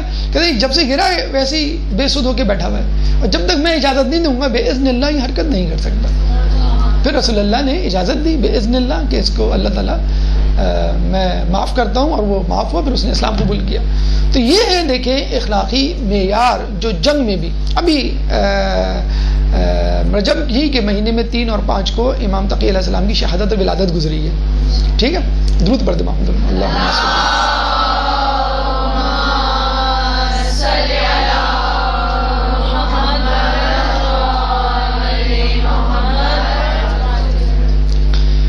تو انہوں نے کیا کہا تھا، ایک قول ان کا کہ مصیبت میں واویلا دوہری مصیبت ہے کہ نہیں؟ کسی کو چوٹ لگ جائے، کوئی گر جائے، آپ شور مچانا شروع کر دیں، ارے بھائی اس کو سنبھالیں، اس کو جسے کہتے ہیں کہ ہاسپٹل لے کے جائیں یا کچھ کریں جو بھی ہے. تو یہاں تو دوہری مصیبت تھی، ڈبل ٹربل. ایک تو خیبر میں لوگ گئے ہوئے اور مسلسل ناکامیاں ہو رہی ہیں اور یہاں بھی ایک آدمی آگے کھڑا ہوا ہے. لیکن کتنے پرسکون انداز سے معاملہ اللہ پہ چھوڑنا. اگر آپ کچھ کر سکتے ہیں کیجئے، نہیں کر سکتے معاملہ جو ہے وہ اللہ پہ چھوڑ دیجیے. پھر آپ دیکھیے اللہ جو ہے آپ کے معاملے کو، اور جس نے اللہ کو پکارا حسبی اللہ و نعم الوکیل، اس کے لیے اللہ کافی ہے. وہ کسی اور کو پکارنے کی بلانے کی ضرورت ہی نہیں ہے. تو یہ 2 واقعات پیش آئے. اور جب رسول اللہ نے رپورٹ لینی شروع کی تو پتہ چلا کہ روزانہ ایک لشکر جاتا، اس کا ایک امیر ہوتا، واپس آ جاتا. پھر ایک لشکر جاتا، اس کا ایک امیر ہوتا، پھر واپس آ جاتا. ذرا 3 لشکر تو تاریخ میں ملتے ہیں گئے اور واپس آ گئے ناکام.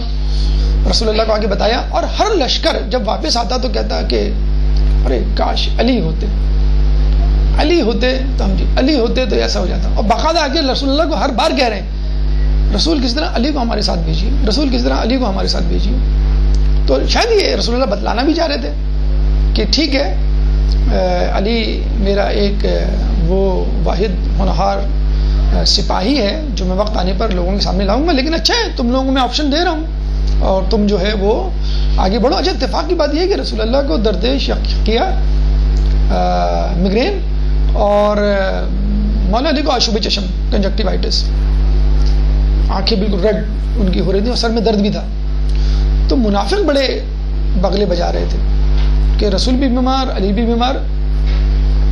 اب جو ہے ہمیں فری ہینڈ ملی ہے، ہم خود سے یہ جنگ جیتیں گے اور پھر مسلمانوں کو جا کے بتائیں گے، مدینے والوں کو، مکے والوں کو، کہ دیکھو علی بھی نہیں تھے، رسول بھی نہیں تھے، ہم یعنی عبداللہ بن ابی یا اور دیگر افراد جو اسلام کی بیس میں، مسلمانوں کی بیس میں رسول اللہ کے ساتھ موجود تھے۔ رسول اللہ نے جب یہ دیکھا کہ یہ صورتحال ہو رہی ہے کہ جیتنے کی کوئی صورتحال نظر نہیں آ رہی، اور 20 دن ہو گئے، ڈی مورلائز بھی ہو جاتا ہے نا انسان، اور بھوک سے بھی مر رہے ہیں کہ بھائی چلو اب نہیں ہو سکتا، معاملات ہیں، ہم نہیں جیت سکتے، واپس چلتے۔ تو رسول اللہ نے کہا کہ کل میں ایک اہم اعلان کرنے والا ہوں، اور کل میں علم اس شخص کو دوں گا کہ جو اللہ اور اس کے رسول کو پسند کرتا ہوگا، محبت کرتا ہوگا، اور اللہ اور اس کا رسول بھی اس سے محبت کرتا ہوگا۔ وہ بڑھ بڑھ کے حملہ کرنے والا ہوگا، پیٹھ دکھانے والا نہیں ہوگا، اور وہی خیبر کو فتح کرے گا۔ دوسرے دن کیا ہوا؟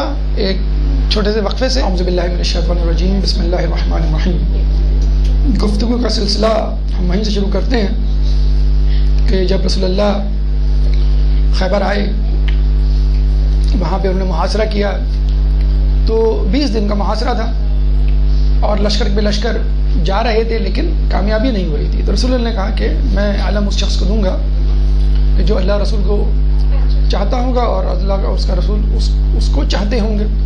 یہ بھی بڑا امپورٹنٹ جملہ ہے کہ وہ تو چاہتا ہوگا، اللہ رسول بھی چاہتے ہوں گے، اس کا مطلب ہے اس کی جنت اور خدا کی رضا اس کے لیے پکی، مکمل، انڈورسڈ، توثیق شدہ۔ اس کے بعد اور وہ بڑھ بڑھ کے حملے کرنے والا ہوگا، پیٹ دکھانے۔ اچھا بتا بھی دیا کہ کس قسم کا شخص مطلوب ہوتا ہے، کس کو اللہ چاہتا ہے، جو بڑھ بڑھ کے حملے کرتا ہو اور غیر فرار ہو، اور اسی کے ہاتھ پر اللہ فتح دے گا۔ یہ جو آخری جملہ کہا، اس کی وجہ سے لوگوں کے دلوں میں ایک حسرت، ایک تمنا پیدا ہو گئی کہ کاش ہمیں بھی یہ رتبہ ملے۔ اچھا منافقین بغلے بجا رہے تھے کہ علی تو اس کرائیٹیریا پہ پورے اتریں گے نہیں، کیونکہ آشوب چشم ہے ان کو، پیر تک تو دیکھ نہیں سکتے اپنا، آنکھیں کھولتے تھے پیر تک نظر نہیں آتے تھے ان کے، سر میں بھی درد، تو یہ تو نہیں ہوں گے، کوئی اور ہوگا بہرحال۔ تو جو ایک علی سے بغض، وہی ہم نے کہا نا کہ علی کی محبت ایمان کی علامت اور بغض نفاق کی علامت، تو سب زیادہ خوشی جو ہے منافقوں کو ہوئی۔ جب علی تک یہ بات پہنچی تو علی نے کیا جملہ کہا؟ اللہم لا معطی لما منعتا، کہ کوئی شخص اس کو نہیں دے سکتا کہ جس کو اللہ جو ہے وہ منع کر دے، ولا مانع لما آتیتا، اور اللہ جس کو نہ دینے کا ارادہ کر دے کوئی شخص اس کو دے نہیں سکتا۔ یعنی اللہ اگر دینے کا ارادہ نہ کرے تو کوئی نہیں دے سکتا، اور اگر ارادہ کر لے تو کوئی اسے چھین نہیں سکتا۔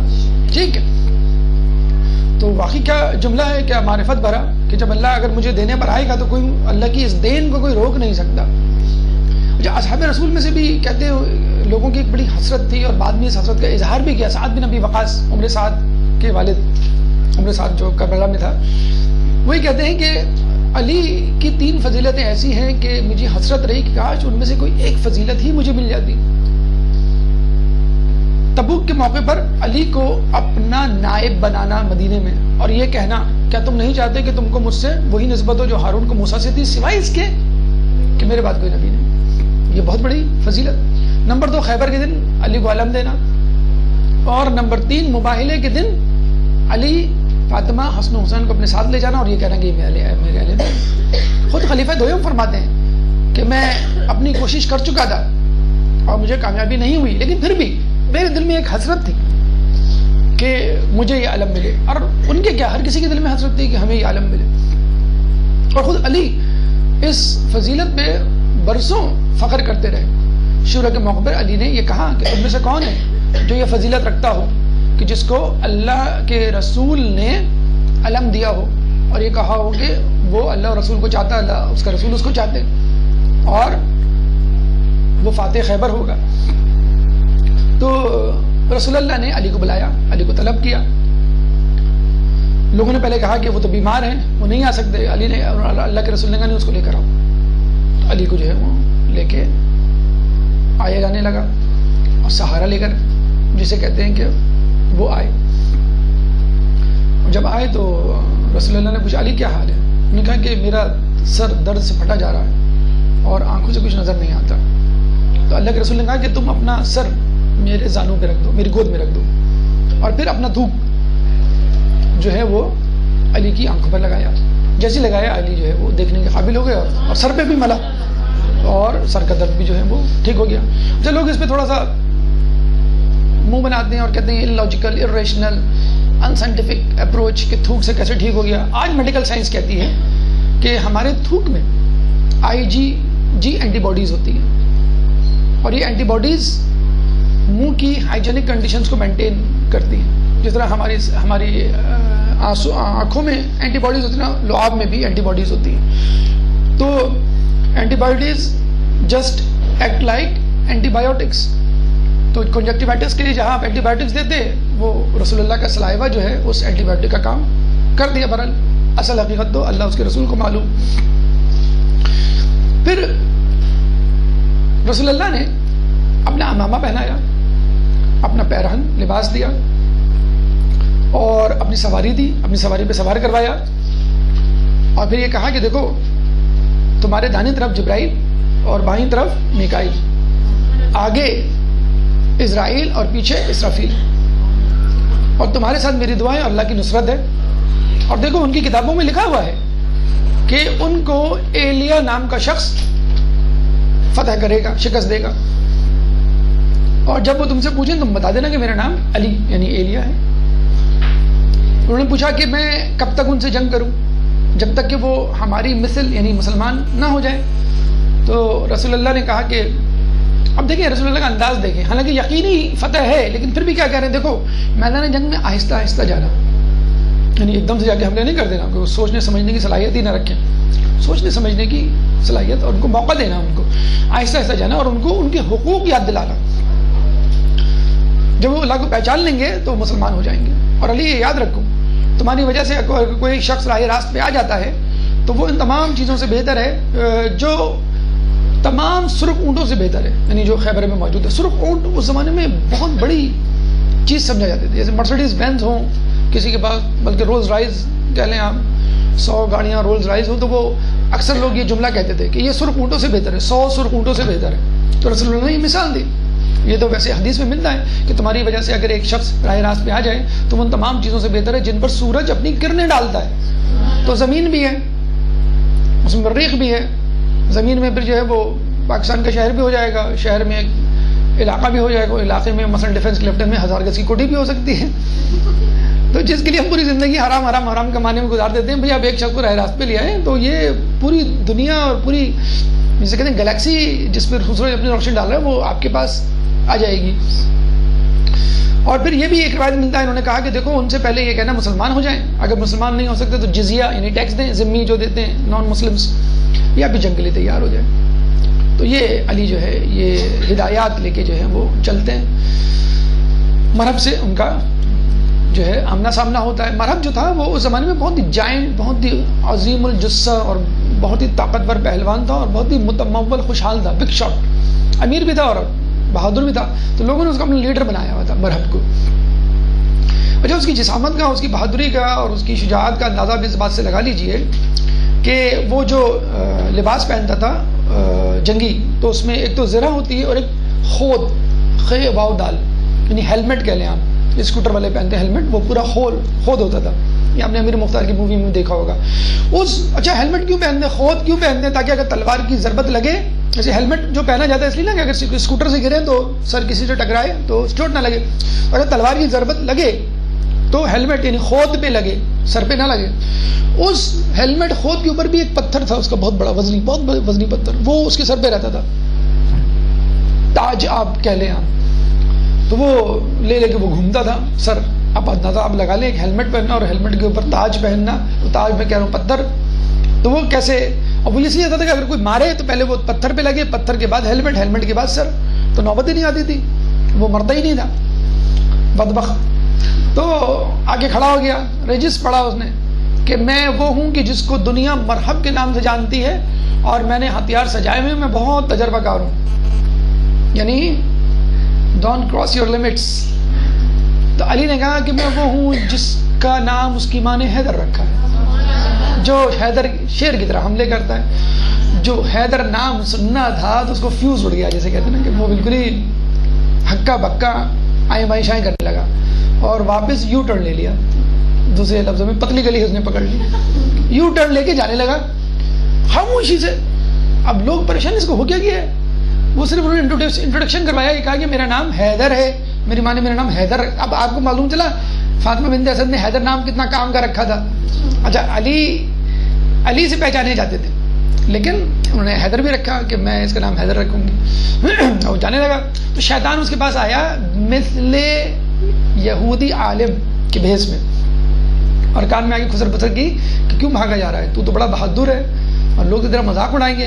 کہنے لگا تجھے معلوم نہیں ہے, نہیں سوری آپ کو معلوم نہیں, یہودی عالم کے بھیس میں آیا تھا نا, آپ کو معلوم نہیں ہے یہ نام حیدر ہے اس کا, اور میری دائی نے کہا تھا کہ سب سے لڑ لینا, سب کو تو ہرا سکتا ہے, حیدر نام کی کسی شخص سے نہیں لڑنا, تو یہ حیدر ہے. تو شیطان نے کہا کہ تجھے کیا معلوم ہے وہی حیدر ہو, حیدر نام کے تو بہت سارے لوگ ہوتے ہیں. تو پھر اس کو مطلب بیوقوف بنانے میں کام ہے, تو جا میں پیچھے سے تالیاں بجاؤں گا اور جوش و بلبلہ جو پیدا کروں گا تماشائیوں میں, اور تیری حمایت. تو یہ بھی یاد رکھیے کہ بعض لوگ علماء کے بھیس میں بیوقوف بنا رہے ہوتے ہیں. ابھی احمد قبانچی نام کا سو کالڈ عالم دین نجف میں امام زمانہ کا انکار کر کے بیٹھا ہوا ہے اور جو ہے لوگوں کو گمراہ کر رہا ہے. تو اس طرح آپ کو بہت سارے مل جائیں گے, ایران میں مل جائیں گے اور جیسے کہ عراق میں بھی مل جائیں گے. تو پاکستان میں تو ماشاءاللہ نہ ملیں تو حیرت کی بات ہے, انچولی میں مل جائیں گے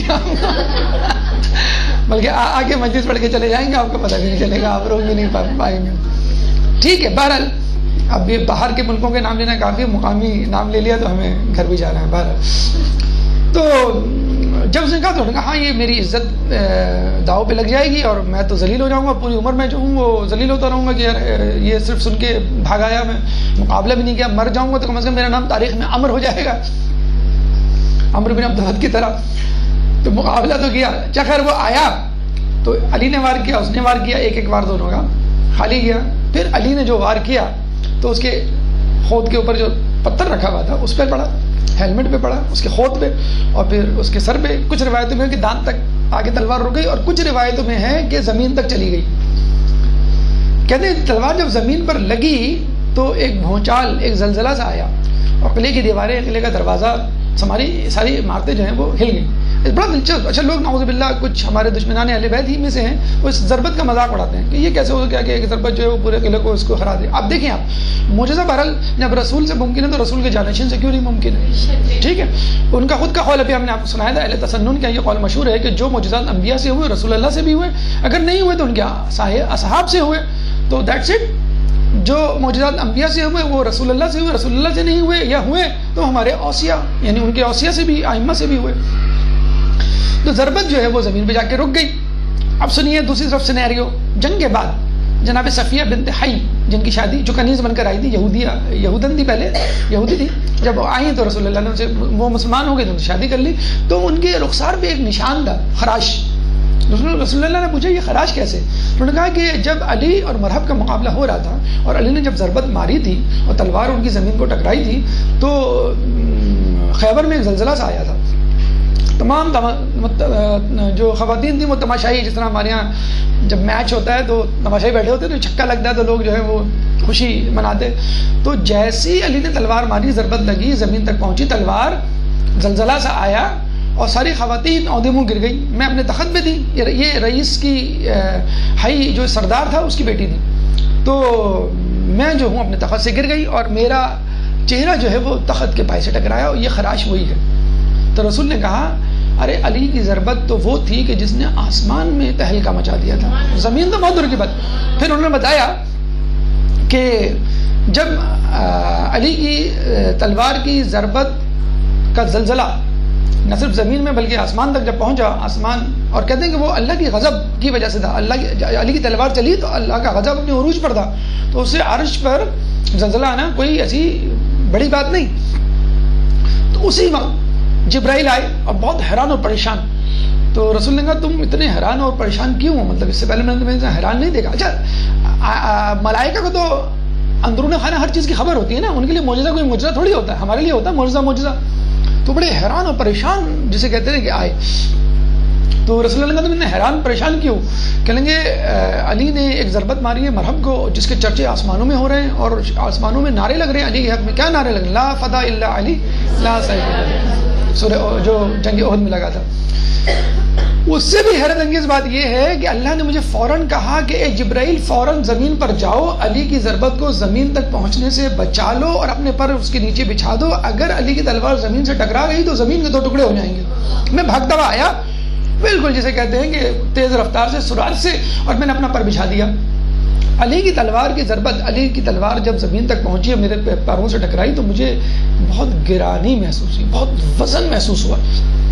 اور اس پہ کیوں حیرت ہوئی؟ ان کے کہیں گے کہ ایک دفعہ اللہ تعالیٰ نے مجھے قوم لوط میں آزاد دینے کے لیے بھیجا فلسطین، تو میں نے قوم لوط کے 7 شہروں کو 7 زمینوں سمیت اپنے پر سے اٹھا لیا تھا، اور پر سے اٹھا کر آسمان تک لے گیا تھا، اتنا قریب لے گیا تھا کہ ان کے گھروں میں موجود بچوں کے رونے کی آوازیں فرشتے سن رہے تھے، مرغوں کی بانگیں، اذانیں فرشتے سن رہے تھے، اور میں صبح فجر تک وہ 7 شہر قوم لوط کے لے کے کھڑا رہا اپنے پر، اور مجھے تھوڑی سی بھی گرانی، وزن محسوس نہیں ہوا اپنے پر پہ۔ لیکن علی کی ضربت جب مجھ پر پڑی ہے میری تلوار پر تو میں نے یہ گرانی اس سے زیادہ محسوس کی، حالانکہ اس وقت 2 فرشتے اسرائیل اور میکائیل علی کے بازو کو پکڑے ہوئے تھے، اوپر سے فرشتے اور نیچے سے جبرائیل۔ درود پڑھتے محمد والے محمد۔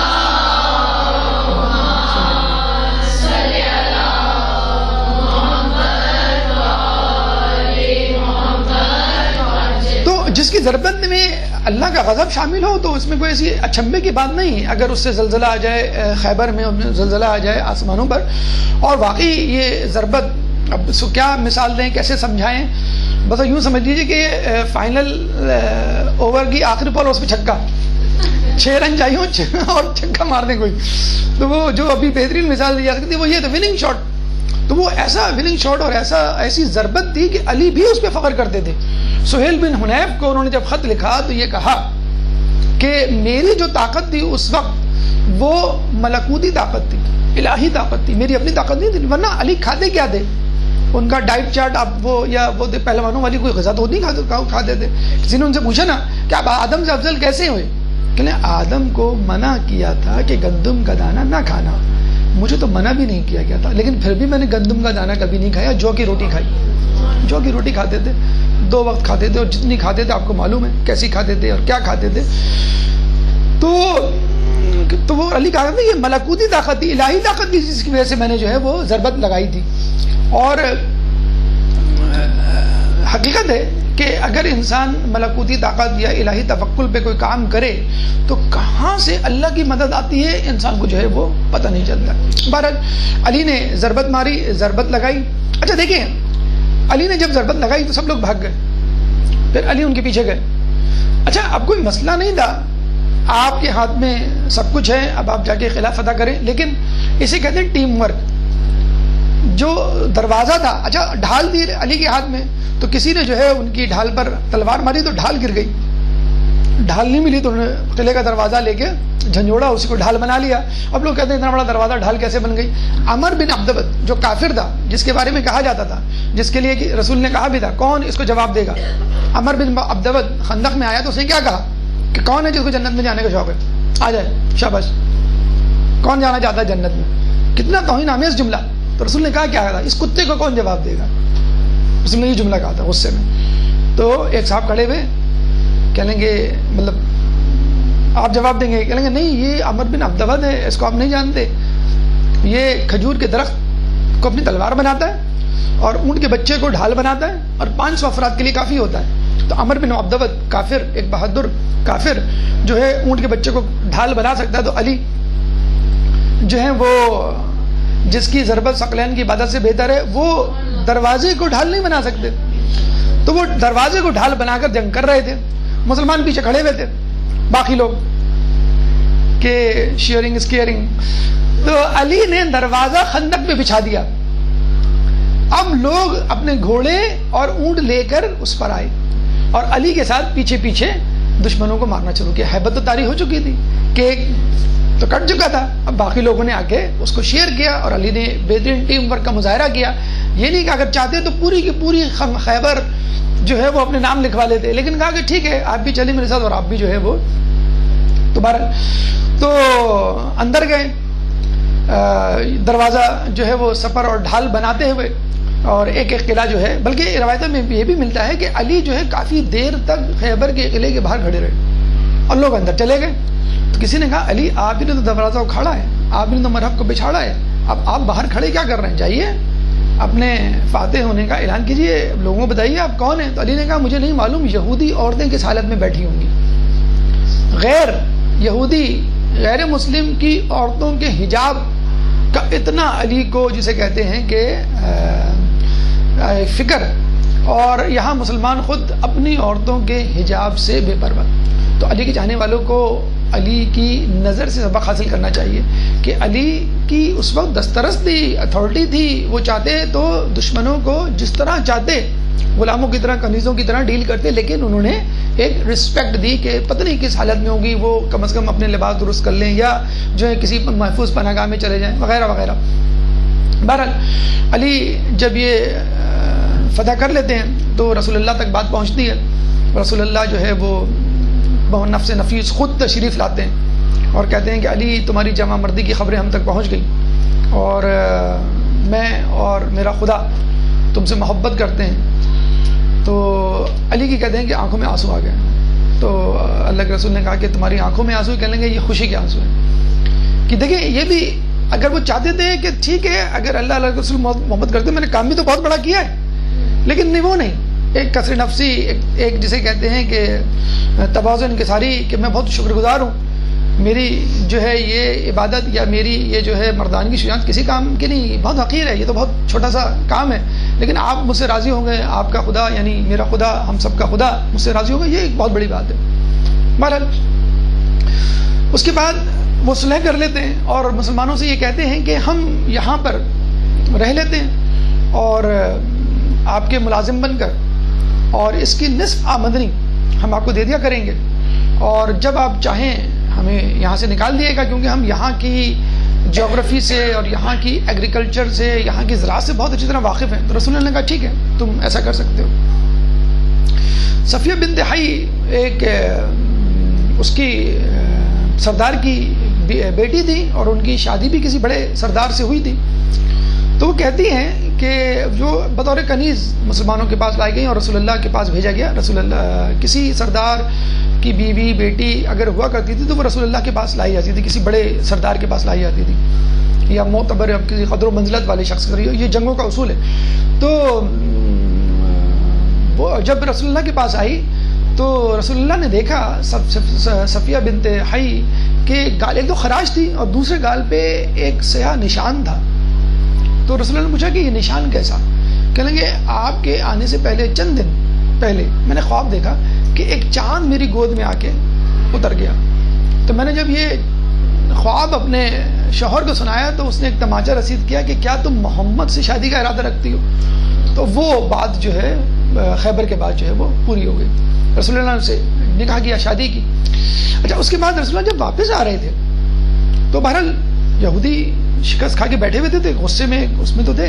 آگے چل کے ایک نہر آئی، اس نہر کا پانی 14 انسانوں کے قد کے برابر تھا، یعنی اتنا گہرا کہ بڑے آرام سے انسان مر جائے اگر اترے.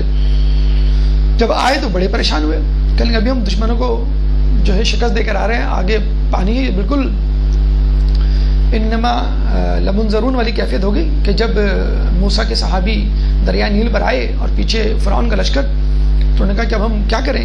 تو رسول اللہ نے کہا کہ تم گھبراؤ مت. تو اللہ تعالیٰ سے دعا کی کہ جس طرح تو نے ہر نبی کے لیے ایک علامت قرار دی، میرے لیے بھی ایک علامت قرار دے. تو اللہ تعالیٰ نے ان کو حکم دیا کہ تم آگے جا سکتے ہو. تو رسول اللہ جو ہے وہ سواری سمیت آگے گئے تو دریا جو ہے وہ علیحدہ ہوا، یا ملتا ہے کہ وہ دریا پہ پاؤں رکھ کے چلے گئے اور اپنے جو صحابی تھے، اپنے جو پیچھے لشکری تھے، ان کو کہا کہ تم لوگ بھی آ جاؤ. کسی کا پاؤں گیلا تک نہیں ہوا. جو موسیٰ کے ساتھ جو معجزہ ہوا وہی جو ہے وہ رسول اللہ کے ساتھ معجزہ ہوا. اچھا یہاں پر ایک بڑا غمناک واقعہ ہوا جو رسول اللہ کی شہادت پر متنج ہوا کہ حارث، زینب بنت حارث ایک عورت تھی جس کا باپ، جس کا چچا اور جس کا بیٹا تینوں خیبر میں مارے گئے. تو اس نے بھیڑ بھون کر اس کا گوشت، خصوصی طور پہ بازو جو رسول اللہ کو بہت پسند تھا، زہر ملایا اور بازو کے گوشت میں زیادہ زہر ملایا اور رسول اللہ کے سامنے پیش کیا. رسول اللہ کے ساتھ کچھ اور افراد بھی تھے. بشر بن برا ایک صحابی تھے, انہوں نے بھی کھایا. رسول نے جیسے لقمہ لیا روک دیا. انہوں نے کہا کہ مجھے اس میں زہر معلوم دیتا ہے. اس عورت کو بلایا گیا تو اس عورت نے کہا ہاں میں نے زہر ملایا تھا کیونکہ آپ نے میرے باپ, میرے بیٹے اور میرے شوہر کو قتل کیا, لیکن میں نے اس لیے ملایا تھا یہ دیکھنے کے لیے کہ اگر بادشاہ ہوئے تو آپ کھا کے مر جائیں گے اور اگر نبی ہوئے تو آپ کو پتہ چل جائے گا. تو رسول اللہ نے اس فضیلت کا اعتراف کرنے پر اس کو معاف کر دیا کہ کم از کم اس کو اتنا ادب احترام تو ہے کہ وہ یہ ادراک رکھتی ہے کہ میں نبی ہوں اگر ہوا تو پہچان جاؤں گا. چنانچہ رسول اللہ نے اس کو معاف کر دیا. اچھا ایک اور جو خوبصورت واقعہ پیش آیا جو ایکویویلنٹ ٹو خیبر ہے, مترادف ہے اس کے, جعفر طیار کی واپسی.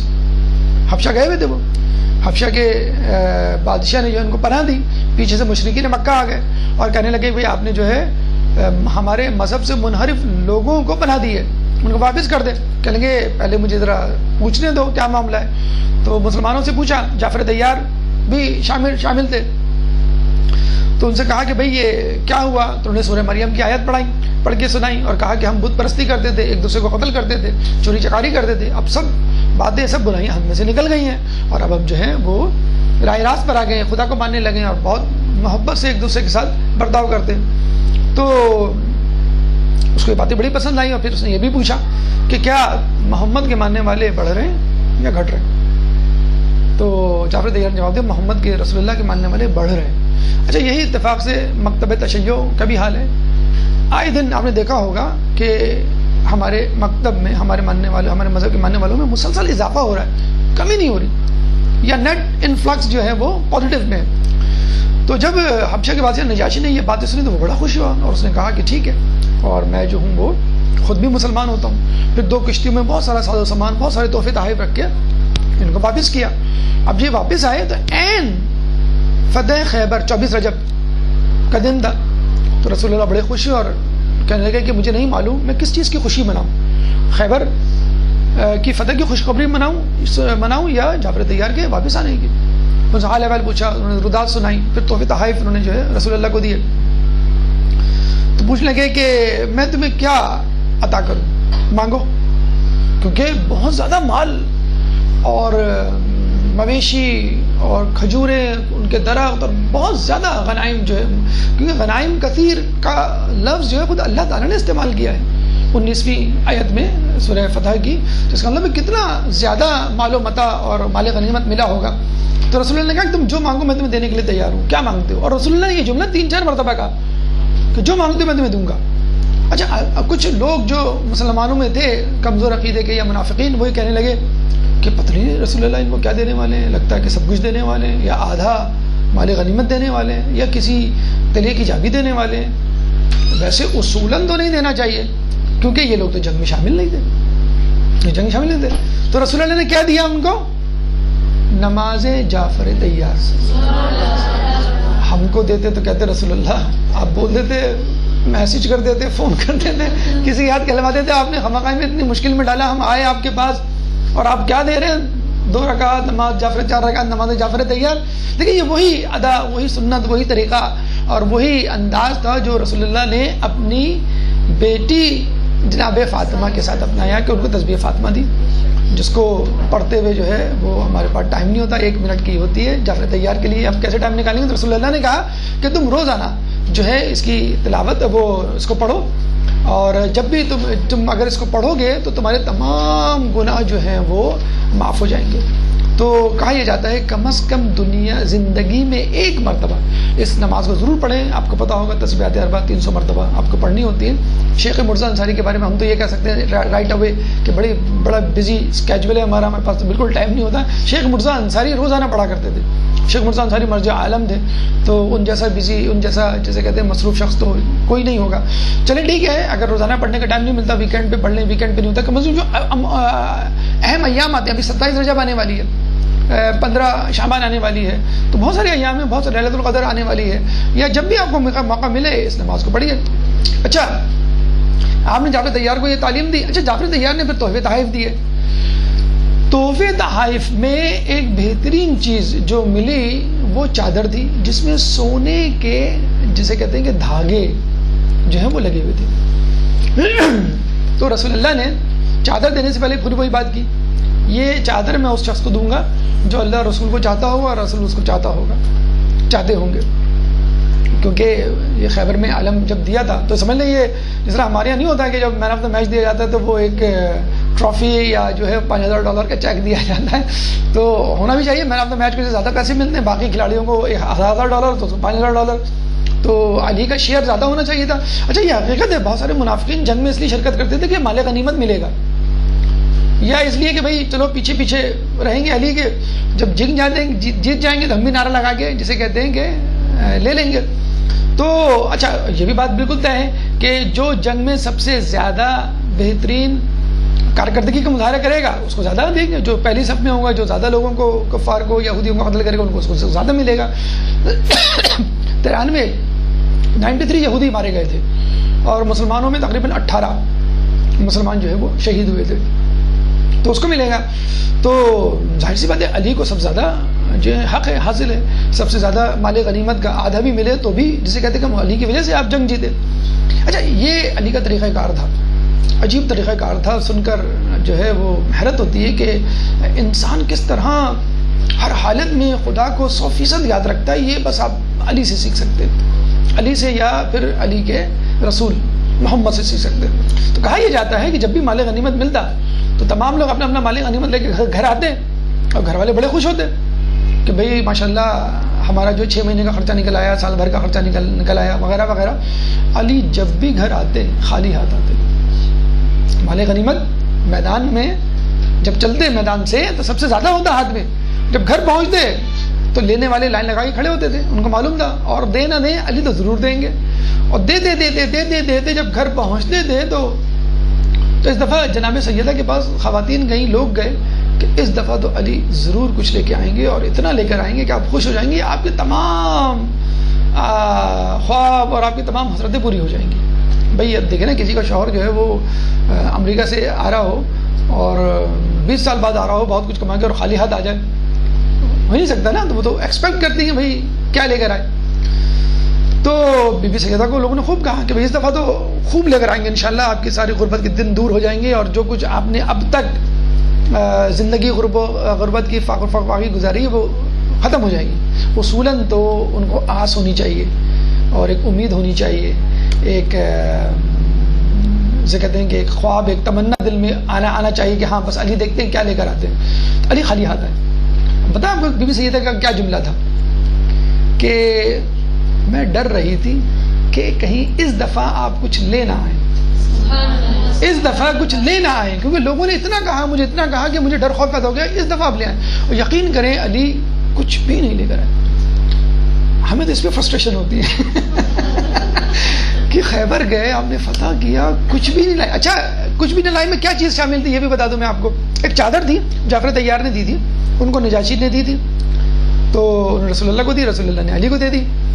اس میں سونے کے تار تھے, تو سونے کے تار جو ہے وہ نکالے علی نے, غالب بات ہے وہ چادر تو نہیں پہن سکتی اس میں سونا, تو ایک دکاندار سے نکلوائے, تو اس میں 1000 مثقال سونا, تقریباً 5 کلو سے نا, اب اندازہ لگا لیں 5 کلو اس میں سے جو ہے وہ سونا نکلا.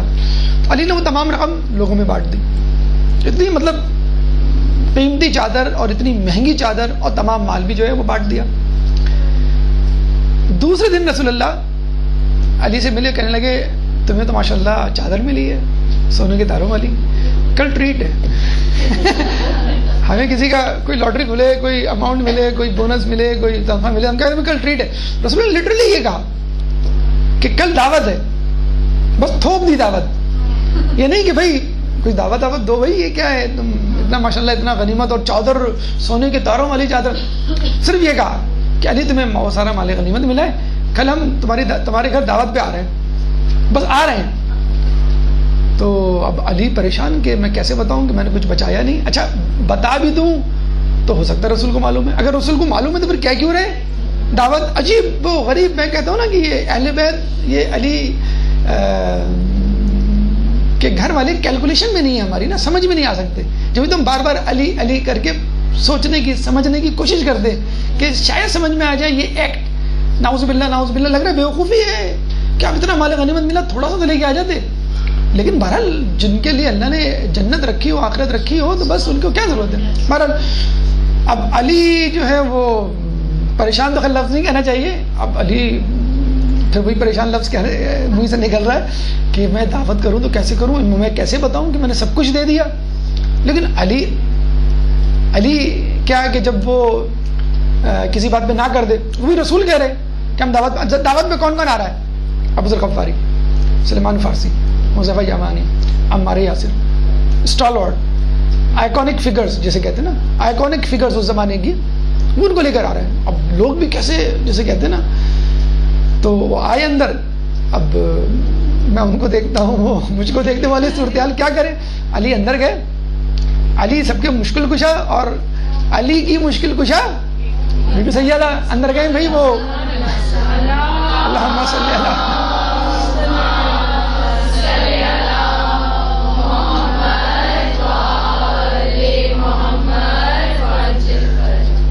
As simple as that. جو شوہر پوچھتے ہیں کچھ ہے کھانے کو، تو بی بی نے ایک پیالہ، مرتبان یا ڈش نہیں، رکابی نہیں، ایک پیالہ سرید کا. سرید سمجھتے ہیں آپ؟ نانی دادی نے کبھی آپ کو نہاری میں روٹی بھگو کے نہیں کھلائی، بس اسی کو سرید کہتے ہیں. شوربے میں جو روٹی، ابھی آج کل کے لوگ تو یہ سرید کو سمجھتے ہی نہیں ہیں. یہ عبد المطلب کی ڈش ہے، ان کی اسپیشل ڈش ہے، انہوں نے سمجھ لیں ایجاد کی تھی.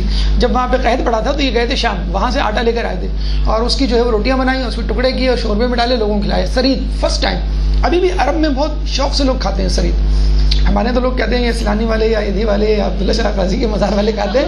نہیں، یہ ایک ڈش ہے. کبھی آپ اسپیشلی نہاری کے ساتھ کھائیں. آپ کے یہاں تو جاوید نہاری ہے یا زاہد نہاری، کبھی آئیں تو وہ وہاں پہ بیٹھ کے نہیں کھائیں، آپ نہاری لے آئیں گھر میں اور اس میں آپ روٹی ڈال کے کھائیں. بہت مزیدار ماشاءاللہ کھانا. سرید پیالے میں، ڈش میں نہیں، رکابی میں نہیں، سرید پیالے میں دے دیا اور 5 بیٹھ گئے. اچھا عربوں میں ہمارے یہاں معاملہ نہیں ہوتا الگ الگ پلیٹیں، ایک ہی جگہ پہ سب کھا رہے ہوتے ہیں، بیٹھے ہوتے ہیں، وہ سرید کھا رہے ہوتا ہے ماشاءاللہ.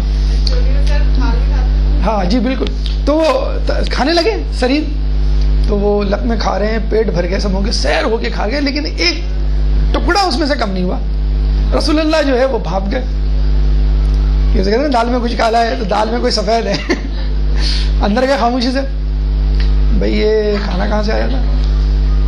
فوراً تو بی بی نے کہا اللہ کے پاس. رسول نے کیا کہا کہ خدا کا شکر ہے کہ میں نے اپنی بیٹی میں وہ شرف دیکھا جو زکریا نے بی بی مریم کے گھر میں دیکھا. جب وہ جاتی تھی عبادت کرنے کے لیے اور انواع اقسام کے پھل رکھے رہتے تھے، تو زکریا پوچھتے تھے کہ یہ پھل کہاں سے؟ وہ کہتے ہیں جنت سے. ایک ہوتا ہے نا کہ فلاں کا بیٹا یہ پڑھ رہا ہے، فلاں کا بیٹا اس اسکول میں، فلاں کا بیٹا یہ، فلاں کی بیٹی یہ، تو میرا بیٹا میرے بیٹی. ایک دل میں پیدا ہوتا ہے نا کہ اگر مریم ایسی تھی تو بی بی فاطمہ، بی بی سیدہ میری شہزادی تو مریم سے بھی بڑھتر ہے. تو اس کے لیے تو اللہ تعالیٰ نے مجھے معجزہ دکھا دیا. تو بی بی نے کہا کہ میں نے جو ہے وہ یہ کھانا جو ہے وہ اللہ کے پاس سے آیا. تو ہم نے دیکھا کہ یہ جنگ خیبر آپ کے سامنے بہرحال پیش کی گئی، اور شروع سے لے کے آخر تک جنگی مہارت یا جنگی فنون جنگ سے متعلق صرف باتیں نہیں تھیں. اس میں کس طرح اخلاقی دروس ہمیں ملتے ہیں اور فضائل اہل بیت کس طرح ثابت ہوتے ہوئے نظر آتے ہیں. علی کی قربانی، علی کی بہادری، اور پھر علی کا حسن اخلاق لوگوں سے کس طرح، پھر معجزات ہمیں کیا پیغام دیتے ہوئے آ رہے ہیں. پھر پیچھے پیچھے آپ چلتے چلے جائیں تو علی کی فضیلت نہیں بلکہ علی کی زوجہ شہزادی کونین کی فضیلت جو ہے وہ اس میں کس طرح نظر آتی ہے. خیبر کو فتح کرنے کے بعد جب یہ لوگ آ رہے تھے واپس، تو جو آس پاس کے یہودی قبیلے تھے وہ تھوڑے سے پریشان ہو گئے کہ اب ہماری باری ہے، اب ہماری باری ہے. تو لوگوں نے کہا عافیت اسی میں ہے کہ پہلے سے جا کے بات کر لو. تو رسول اللہ باغ فتح کے بعد جا کے انہوں نے پڑاؤ ڈالا، تو وہ ایک جا کے جو ہے وہ قلعے میں چھپ گئے. تو رسول اللہ نے کہا کہ اگر میں باقی قلعوں جہاں پہ چھپ کے بیٹھے تھے وہاں پہ گئے اور کہا اگر میں باقی قلعوں میں موجود تمہاری چیزیں، ساز و سامان، مال دولت لے لوں تو تم کیا کر لو گے میرا؟ کہ یہ ہو ہی نہیں سکتا، اس کی تمام کی چابیاں ہمارے پاس ہیں. تو رسول نے کہا کہ چابیاں تو میرے پاس ہیں، لیکن آپ کے پاس ہیں، کہاں ہیں چابیاں؟ تو رسول نے دکھائی چابیاں. تو انہوں نے جو ہے وہ نگراں کو بلایا جس کو انہوں نے معین کیا تھا. تو اس نے کہا کہ چابیاں تو میں خود ایک صندوق میں رکھ کے آیا ہوں جو ایک کمرے میں بند ہے، اور وہ ایک قلعے میں ہے، اور اس کو میں مقفل کر کے آیا ہوں. اور طالب سورہ وہ توریت کی آیتیں پھونک کے آیا ہوں. تو وہ گیا بھاگتے ہوئے, اس قفل کو کھولا, دروازے کو کھولا, کمرے کو کھولا, پھر اندر گیا تجوری وہ صندوق کو کھولا, وہ تھیلی کو کھولا, تو چابیاں غائب. سب چیزیں اپنی جگہ میں تھیں, چابیاں غائب تھیں. تو رسول اللہ کے پاس آ کے کہا کہ آپ کو چابیاں کس نے دی؟ کہلیں اسی خدا نے دی جس خدا نے تمہارے موسیٰ کو الواح یعنی توریت دی, تورات دی. تو پھر وہ پہچان گئے کہ بھئی یہ ہم ان سے نہیں جیت سکتے, اگر ہم ان سے لڑے تو پھر ہمارا وہی حشر ہوگا جو خیبر کا تھا. انہوں نے کہا کہ ہم جو ہے یہ فدق آپ کو دے دیتے ہیں بغیر لڑے, اور یہ آپ کا ہوا. تو رسول اللہ نے جیسے ہی لیا تو آتے ذی القربہ آیت اتری, اور رسول اللہ نے مزید کنفرم کرنے کے لیے, بالکل تصدیق کرنے کے لیے, یہ نہ ہو کہ میں کوئی غلط فیصلہ کر بیٹھوں, یعنی غلط فیصلہ تو نہیں, لوگ نہ سمجھیں, تو اپنے قرابت داروں کو ان کا حق دے دو. تو رسول اللہ نے فوراً پوچھا جبرائیل سے قرابت دار سے کیا مراد؟ ان کا فاطمہ. تو یہ مال فے جو تذکر کو قرآن میں بھی آیا ہے کہ جو مال تمہیں بغیر لڑے ملے وہ اللہ کا اور اللہ کے رسول کا اور باقی چیزوں کا. تو کیونکہ تمہارا اس میں کوئی حق نہیں, کیونکہ اس کے لیے تم لڑے نہیں اور اس کے لیے تم نے گھوڑے نہیں دوڑائے. تو انہوں نے باغ فدق جو ہے وہ جناب سیدہ کو ہبا کیا, اسی وقت ہبا کر دیا تھا. یعنی کہ میراث تھی, میراث تو وہ ہوتی آپ رکھیں, جب آپ مر جائیں تو وہ ٹرانسفر ہو جائے, تو میراث کا تو ایشو نہیں تھا. ہبا دی, میرا گفٹ تھا, میرے پاس موجود ہے, اور اگر کوئی دعویٰ کرے کہ یہ میرا ہے اس کو گواہی لانی چاہیے, نہ کہ مجھ کو. دعویٰ تو آپ کر رہے ہیں, دعویٰ میں نہیں کر رہا. تو یہ جو ہے وہ رسول اللہ نے بی بی سیدہ کو دیا. یہاں پہ کلام آخر کے طور پہ ایک سوال ہم اس امت سے کرنا چاہیں گے.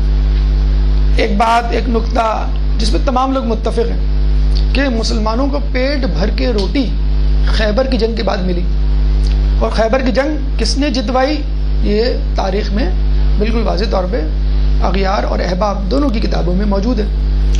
تو جس شخص کی وجہ سے مسلمانوں کو پیٹ بھر کے روٹی ملی, تو اس شخص کے خاندان کو کربلا میں 3 دن بھوکا پیاسا رکھ کے قتل کر دیا گیا, کہ وہ اس قابل بھی نہیں تھا کہ اس کو روٹی یا 2 قطرے پانی دیے جاتے. اللہ تعالیٰ سے دعا ہے کہ ہمیں ہمیشہ اہل بیت کی ایک محبت میں گرفتار رکھ, اہل بیت کی محبت میں ہمیں موت دے, اہل بیت کی تعلیمات پر عمل کرنے کی توفیق عطا فرما, ہمارے نوجوانوں کو علی جیسا شجیع اور بہادر بنا, قیامت کے دن اہل بیت کی شفاعت سے بہرہ مند فرما, امام کے ظہور میں تعجیل فرما, ہمیں ان کے انصار و اعوان میں شامل فرما. ربنا تقبل منا انك انت السميع العليم وتب علينا انك انت التواب الرحيم برحمتك يا ارحم الراحمين. اللهم صل على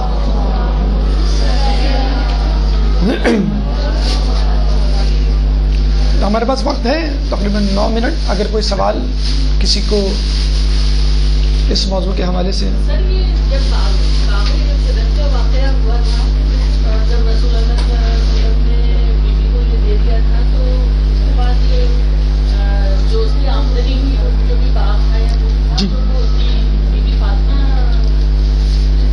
کو دی.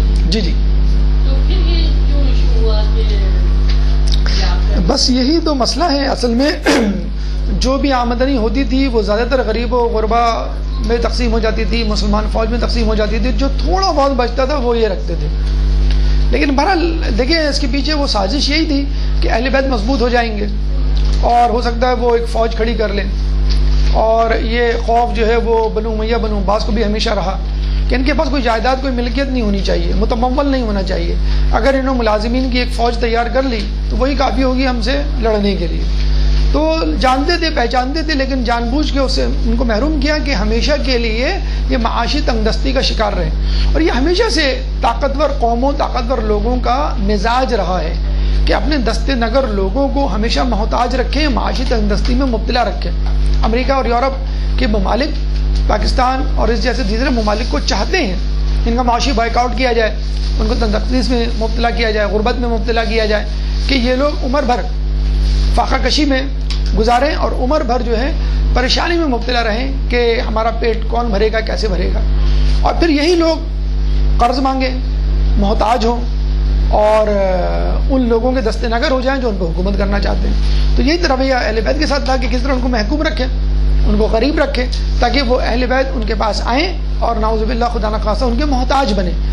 اور یہ کبھی بھی اہل بیت نے نہیں کیا. جو کچھ اللہ نے ان کو دیا, چاہے کم دیا یا زیادہ دیا, اس پہ گزارا کیا, اور کبھی اپنے دشمنوں کے دستے نگر نہیں ہوئے گا, بلکہ دشمنوں نے ان سے مانگا ہے. اگر کسی مشکل میں پڑے ہیں تو اہل بیت کے در کا جو ہے وہ رخ کیا. سر ایک سوال تھا, جی. تو نہیں ہے ٹاپک سے, لیکن آیا سامنے جو ہے کہ روزے اور مزار میں کیا فرق ہے؟ روزے اور مزار, کیا روزے کو مزار کہا جا سکتا ہے؟ روزہ گلستان اور اس کو کہتے ہیں باغ کو, اور مزار بھی ایسی جگہ پہ جن کو کہتے ہیں جس میں قبر کے اطراف جو ہے چار دیواری بنا دی جائے اور لوگ جو ہے اس کی زیارت کریں. لیکن ہمارے یہاں روزہ کا لفظ زیادہ مستعمل ہے, کیونکہ اس کا مطلب ہوتا ہے ہاں گلستان یا باغ, وہ زیادہ بہتر ہے بنسبت مزار کے. بی بی خدیجہ اور جیسے کہ ان کے مزار کہنا ہے کہ روزے, دونوں کے روزے ہی کہہ سکتے ہیں, کوئی ایسا ذائقہ نہیں ہے کہنے. مزار کہہ رہے ہیں, روزہ کہہ رہے ہیں, روزہ زیادہ ہمارے یہاں مستعمل ہے. سر یہ جو کہا جاتا ہے سر, حضرت علی نے صرف جنگ خیبر اور واحد جنگ دی کہ جب آپ نے اپنے کو انٹروڈیوس کروایا حیدر کہہ کے, سر واحد سر اس طرح ہے؟ ہاں ممکن ہے, ہو سکتا ہے, کیونکہ تاریخ میں ہمیں علی کا نام علی زیادہ ملتا ہے, اور باقاعدہ جو انٹروڈیوس کروایا ہے وہ حیدر, اور شاید وہ اسی وجہ سے تھا کہ اس کو بتلانا تھا کہ میں وہی حیدر ہوں جس کا ذکر جو ہے وہ تمہاری دائی نے ایک زمانے میں کیا ہے, اور اسی وجہ سے جو ہے اس پہ ایک ہیبت بیٹھی تھی اور وہ واپس پلٹا تھا. فاطمہ بنت اسد نے ان کو جو ہے وہ نام رکھا تھا حیدر.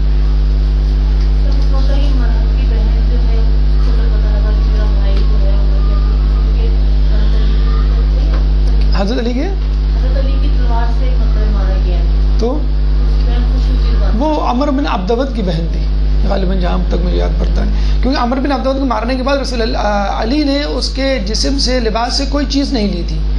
لوگ پون اتار لیتے تھے نا, زرہ اتار لیتے تھے, خود اتار لیتے, تلوار, ڈھال, انگوٹھی وغیرہ وغیرہ. علی نے کوئی چیز بھی نہیں لی تھی اس کے جسم سے. تو اس کا مطلب ہے کہ جس نے مارا ہے اس کے دل میں کوئی لالچ نہیں تھی, فقط جسے کہتے ہیں کہ اللہ کی رضا کے لیے. اور یہ حقیقت ہے کہ جب وہ مرہب کی جسے کہتے ہیں پشت پہ یا مرہب کے سینے پہ سوار دیں تو تھوکنے پہ جو ہے وہ علی ہٹ گئے تھے, اور پھر دوبارہ جو لڑے اور اس کو زیر کیا. تو لوگوں نے پوچھا کہ پہلی مرتبہ کیوں ہٹ گئے, تو انہوں نے کہا کہ پہلی مرتبہ غضب الہی میں میرے نفس کا غضب شامل ہونے جا رہا تھا, اور بعد میں جو ہے فقط میرے اندر اللہ کی وجہ سے غضب الہی موجود تھا, اپنے نفس کا غضب نہیں موجود تھا. سر ایک اسٹارٹنگ میں جو بات ہو رہی تھی انٹرٹینمنٹ کی, یعنی ڈرامے اور پکچرز, جی جی, تو ہم اپنی لائف میں یہ چیزیں دیکھتے ہیں اور ڈیفینیٹلی ہمیں کچھ چاہیے انٹرٹینمنٹ کے لیے, تو کیا ہمیں یہ نہیں دیکھنا چاہیے؟ دیکھیے انٹرٹینمنٹ کسی بھی قسم کی ہو, ڈرامے اور فلمیں کسی بھی طور پہ ہوں, دیکھنا جائز ہے بشرط یہ کہ حرام نہ ہو, یعنی میوزک نہ ہو, لہو لعب والی میوزک, اور بے پردگی نہ ہو. ایران میں کتنی فلمیں ایسی ہیں جو فل حجاب میں اس کی ہیروئن موجود ہوتی ہے. مطلب ہمارے زمانے میں, ایک زمانے میں پاکستان ٹی وی پہ یہ ڈسکشن ہوتا تھا اور لوگ مذاق اڑاتے تھے کہ کیا ہماری ہیروئن پردہ کریں گی. تو دیکھیں ایران کی فلم انڈسٹری نے ہیروئن کو پردہ کر کے دکھا دیا پوری فلم. بلکہ ایسی فلمیں بھی بنی ہیں کہ ہیروئن کا باپ ہیرو ہے اور جو ہیرو ہے وہ سائیڈ ہیرو ہے. پوری مووی اغما مثلا جو ڈرامہ ایپیسوڈ چلا تھا رمضانوں میں, تو وہ اس پوری مووی میں اس کا باپ ہیرو تھا اور تھیم کچھ اور تھا. ہمارے یہاں تو عشق و معاشقہ ہوتا ہے نا, ہمارے یہاں تو تان اس پہ آ کے ٹوٹتی ہے کہ ہیروئن سے شادی ہوگی. اب تو شادی بھی نہیں دکھاتے, بلکہ اس کے ساتھ جو ہے وہ چلی جائے. تو ہمارے یہاں تو تان اس پہ ٹوٹتی ہے نا کہ ہیروئن مل جائے اور پیسہ مل جائے. فلمیں کیا, ہم نے جتنی بھی بچوں کی کہانیاں پڑھی ہیں بچپن سے ہم سن رہے ہیں, آخر میں جو ہے وہ آدمی کی شہزادی سے شادی ہو گئی. ہم یہ کہتے تھے کہ اینڈ یہی ہونا چاہیے. یہ کیا یہی زندگی کا محاصل ہے کہ آپ شہزادی سے شادی کر لیں یا آپ کے پاس جو ہے وہ مال و دولت آ جائے؟ تو ہماری کہانیوں میں بھی یہی دکھایا جاتا ہے, اور انگلش کلچر میں تو بہت زیادہ عام ہے یہ سب چیزیں. پیسہ اسپیشلی بہت زیادہ دکھایا جاتا ہے کہ ان کا تو جو ہیروئن ہے وہ تو آخر میں نہیں ملتی, وہ شروع سے اس کے ساتھ ہوتی ہیں. ہمارے یہاں بڑی محنت سے اس کو حاصل کیا جاتا ہے. تو ہم کہتے ہیں ہاں یہ بھی زندگی کا مقصد ہے, پیسہ بھی اور یہاں بھی. وہ تو کہتے ہیں ڈونٹ ویسٹ یور ٹائم, بس یہ آپ کے ساتھ ہے شروع سے. اب فوکس کرو ٹریجر پہ, فوکس کرو پیسے پہ. تو ہمارے تو مقصد یہ ٹارگیٹ زندگی کا مقصد کیا؟ پیسہ. پیسہ آ جائے. اب کبھی دیکھا آپ نے ایک امیر آدمی کو دکھایا ہو اور فلم کے آخر میں وہ غریب ہو گیا ہو؟ ہیپی اینڈنگ تو ہوگی نہیں, یہ تو ٹریجیڈک اینڈنگ ہوگی. کہ دیکھیں رسول اللہ ائمہ, جبھی تو کہتا ہوں یہ فلموں ڈراموں سے بہتر ائمہ کی سیرت ہے. رسول اللہ مالدار تھے کہ نہیں تھے؟ خدیجہ مالدار تھی کہ نہیں؟ بی بی سید احمد باغ فتح تھا کہ نہیں؟ مولا علی مالک غنیمت کے ساتھ مالک ہوتے تھے کہ نہیں؟ سب کے سب غریب گئے اس دنیا سے. سب سے مولا علی تو جو کی روٹی کھاتے ہوئے گئے. رسول اللہ نے کبھی 3 دن پیٹ بھر کے کھانا نہیں کھایا. تو ہمارا ٹارگیٹ ہی نہیں ہے. یہ تو ہم لوگوں کے ذہنوں میں ڈال دیا گیا ہے. آپ ڈاکٹر ہیں, آپ انجینئر ہیں, آپ MBA کیا ہوا ہے, آپ 2K میں سفر کر رہے ہیں, WJR میں سفر کر رہے ہیں. یہ کیا ہے؟ یہی ہونا چاہیے, اس میں کوئی ایسا مسئلہ نہیں ہے. اب امریکہ میں بحث ہو رہی ہے اس بات پر کہ if you are intelligent why aren't you rich. اگر آپ انٹیلیجنٹ ہیں تو آپ امیر کیوں نہیں ہیں؟ یہ معیار غلط ہے کہ ایک پڑھا لکھا شخص جو ہے اس کو امیر ہونا چاہیے. تو یہ جو ہمارے ائمہ تھے نعوذ باللہ, کیا پڑھے لکھے نہیں تھے؟ سب علم تو ان کے پاس تھا. انہوں نے کتنی دولت جمع کی؟ اگر دولت اتنی زیادہ امپورٹنٹ چیز ہے, امپورٹنٹ چیز ایک الگ چیز ہوتی ہے اور ایک ہدف ایک الگ چیز ہوتی ہے. ہمارے تو اس کو ہدف سمجھا جاتا ہے نا, کہ آپ نے بہت ساری دولت جمع کر لی, آپ نے مکان بنا لیا, آپ کے پاس اچھی گاڑی آ گئی. تو یہ ٹارگیٹس آف لائف ہیں.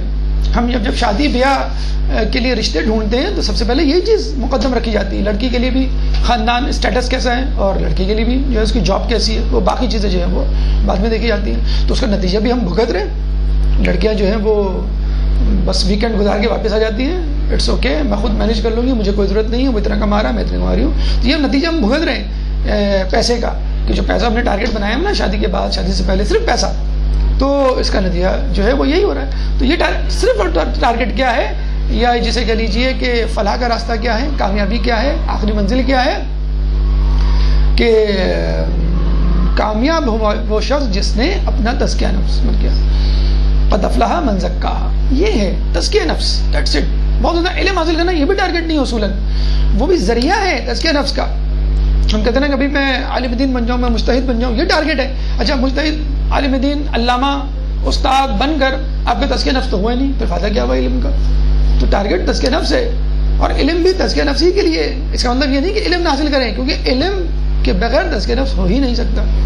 تو اگر آپ کچھ بھی نہیں ہے, تزکیہ نفس کیا ہوا ہے, بس آپ کامیاب ہیں اللہ کے نزدیک. تو پیسہ اور شادی, مکان, سواری, یہ تو ویسٹرن کلچر اور مغربی دنیا, بلکہ کہہ لیجیے دجالی کلچر. جو دجال آئے گا نا تو وہ روٹیاں دے گا, ایمان خریدے گا. تو ہماری جو نہج ہے نا زندگی کی, وہ تو یہی لگتا ہے کہ ہم پکے ہوئے پھل کی طرح دجال کی گود میں گر جائیں گے. ہر کوئی کیریئر, ہر کوئی پیسہ, ہر کوئی مٹیریلزم, گاڑی, جائیداد کے پیچھے بھاگ رہا ہے. تو دجال بھی تو یہی جسے کہتے ہیں وہ چیزیں لے کر آئے گا. تو ٹارگیٹ یہ نہیں ہونا چاہیے, ٹارگیٹ ہونا چاہیے کامیابی, جسے کہتے ہیں فلاح کا راستہ. قد افلح من زکاہا.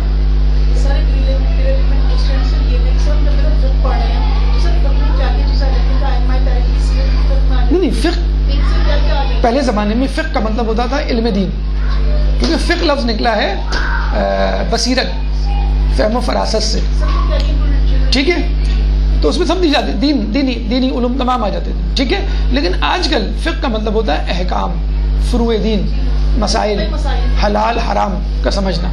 تو آسانی کے لیے فقہ کو الگ کر دیا گیا, اخلاقیات کو الگ, تاریخ کو الگ, قرآن کو الگ, عقائد کو الگ, آسانی کے لیے. یعنی فقہ جو ہے وہ توضیح المسائل, ایز سمپل ایز دیٹ, توضیح المسائل کے مجموعے کا نام ہے. وہ کتاب کی صورت میں ہو, وہ ویب سائٹ کی صورت میں ہو, یا ریٹن یا اورل, جیسی بھی فارم میں. حلال حرام کا علم, اور حقیقت میں یہی اصل علم ہے, یہی اصل علم ہے. یعنی اگر کوئی شخص, جو حدیث کا مفہوم ہے یہ کہ اگر کوئی شخص کہ میں بہت زیادہ عالم ہوں لیکن اس کو حلال حرام کا نہیں معلوم, تو اس کا سارا علم جو بیکار ہے. اور ہمارے یہی ہے, career, doctor, engineer, professor, MBA, IT, تمام کا علم دیا جاتا ہے, لیکن علم جس کا علم نہیں دیا جاتا وہ عقائد کا علم ہے, یا حلال حرام کا, یا جسے کہتے ہیں کہ مسائل دین کا, وہ ہمیں نہیں آتے. اور وہ ہم توہین سمجھتے ہیں کہ ہم کیوں اتنی چھوٹی چھوٹی چیزوں کا خیال رکھیں اور مبتلات وضو اور مبتلات نماز کو یاد کریں. تو یہ اصل اور سب سے اہم دین ہے. بلکہ یہ بھی کہا جاتا ہے کہ علم دین کے لیے اوور آل کہا جاتا ہے. حدیث آپ نے سنی ہوگی, آخرت کمانا ہے تو عابد بنو, دنیا کمانا ہے تو تاجر بنو. دین, دنیا اور آخرت دونوں کمانا ہے تو عالم دین بنو. عالم دین میں اسپیسیفکلی فقہ کے علم کے لیے کہا جاتا ہے کہ یہ کبھی آپ کو کبھی بھوکا نہیں مرنے دیتا. اور یہ حقیقت ہے. جتنے بھی کاروان میں جو حضرات جاتے ہیں عالم دین ان میں فقہ میں ایکسپرٹیز ہوتی ہے. آپ دیکھ لیں جن کا شہرت کا ڈنکا بجتا ہے فقہ میں ایکسپرٹیز ہوتی ہے سب سے زیادہ عموماً. ویسے تو علم دین کے لیے عموماً کہا جاتا ہے کہ دین اور دنیا دونوں اس سے مل جاتے ہیں. وہ الگ بات ہے کہ جب ان کو جنت یا آخرت مل جاتی ہے تو پھر ان چیزوں کی اہمیت نہیں رہتی. لوگ کہتے ہیں آپ تو کہہ رہے تھے کہ بہت کچھ مل جاتا ہے فلاں فلاں فلاں تو جو ہے ایسے ہی گر رہے ہیں. تو پھر ان کے ذہن میں ان کے دل میں دنیا کی اتنی حیثیت نہیں رہتی. ایک شخص آیا تھا نا رسول اللہ کے مولا علی کے بعد فقر و تندرستی کا کہہ کے, تو مولا علی نے کہا پتھر اٹھا کے اس کے ہاتھ میں رکھ دیا, وہ سونا بن گیا چلا گیا. دوسرے دن آیا پھر پتھر اٹھا کے ہاتھ میں رکھ دیا سونا بن گیا. تیسرے دن آیا کہنا مجھے شرمندگی ہوتی ہے بار بار آتے ہوئے, آپ سکھا کیوں نہیں دیتے مجھے, یعنی سکھا دیں تاکہ میں اکٹھا پہاڑ کو سونا بنا کے یہ کیا چھوٹا چھوٹا. خیر یہ تو ہم ہوں گے تو شاید یہ کہیں گے. انہوں نے کہا کہ یہ مجھے سکھا کیوں نہیں دیتے. تو مولا علی نے کہا کہ اس کے لیے تو ہمیں ہمارے پاس رہنا پڑے گا تمہیں. کہنا ہاں میں تیار ہوں, کوئی ایسا مسئلہ نہیں, سونا بنانا بہت بڑا فن ہے. تو چند دن وہ رہتا ہے اس کے بعد جانے لگتا ہے. تو مولا علی کہتے ہیں ابھی تو میں نے تمہیں سکھایا نہیں. تو اس نے کہا کہ اب مجھے اس کی ضرورت نہیں. تو حجابات ہٹ جاتے ہیں. جب حجابات ہٹ جاتے ہیں تو آپ کو اپنے حصے کی جنت نظر آ جاتی ہے. جب آپ کو اپنے حصے کی جنت نظر آ جاتی ہے تو پھر آپ کا روزہ ہو جاتا ہے. آپ کو معلوم ہے روزہ جو ہے 7 بجے کھلے گا تو 6 بجے آپ بسکٹ سے کیوں توڑیں جب امی نے آپ کے لیے دہی بڑے چھولے لذیذ غذائیں پکائی ہیں اور روزے کا ثواب بھی ملے گا. تو پھر آپ چھوٹی موٹی چیز سے روزہ کیوں توڑ رہے ہیں. یہ تو گلٹی کانشیس روزہ توڑنے کا. اور پھر وہ چھوٹی موٹی چیز سے پھر امی وہ افطاری تو نہیں دیں گی, ہاتھ ماریں گی, چلو ہٹاؤ ہاتھ, یہ روزہ داروں کے لیے ہے تمہارے لیے نہیں ہے. تو جب آدمی دیندار بنتا ہے تو حجابات ہٹ جاتے ہیں. مولا حسین نے نہیں دکھائے تھے اپنے اصحاب کو یہ تمہاری جنت, یہ تمہاری جگہ, یہ تمہاری جگہ. تو انشاءاللہ آپ کے حجابات جب ہٹیں گے یا کم از کم یقین اتنا زیادہ محکم ہو جائے گا کہ بازیچہ اطفال ہے دنیا میرے آگے, ہوتا ہے شب و روز تماشا میرے آگے. آپ ہنسیں گے لوگوں پہ کہ لوگ جو ہے کس طرح پاگل ہوئے جا رہے ہیں اور دنیا کے پیچھے بھاگ رہے ہیں, جس طرح لوگ اب آپ پہ ہنستے ہیں. ایک درود پڑھ دیجیے محمد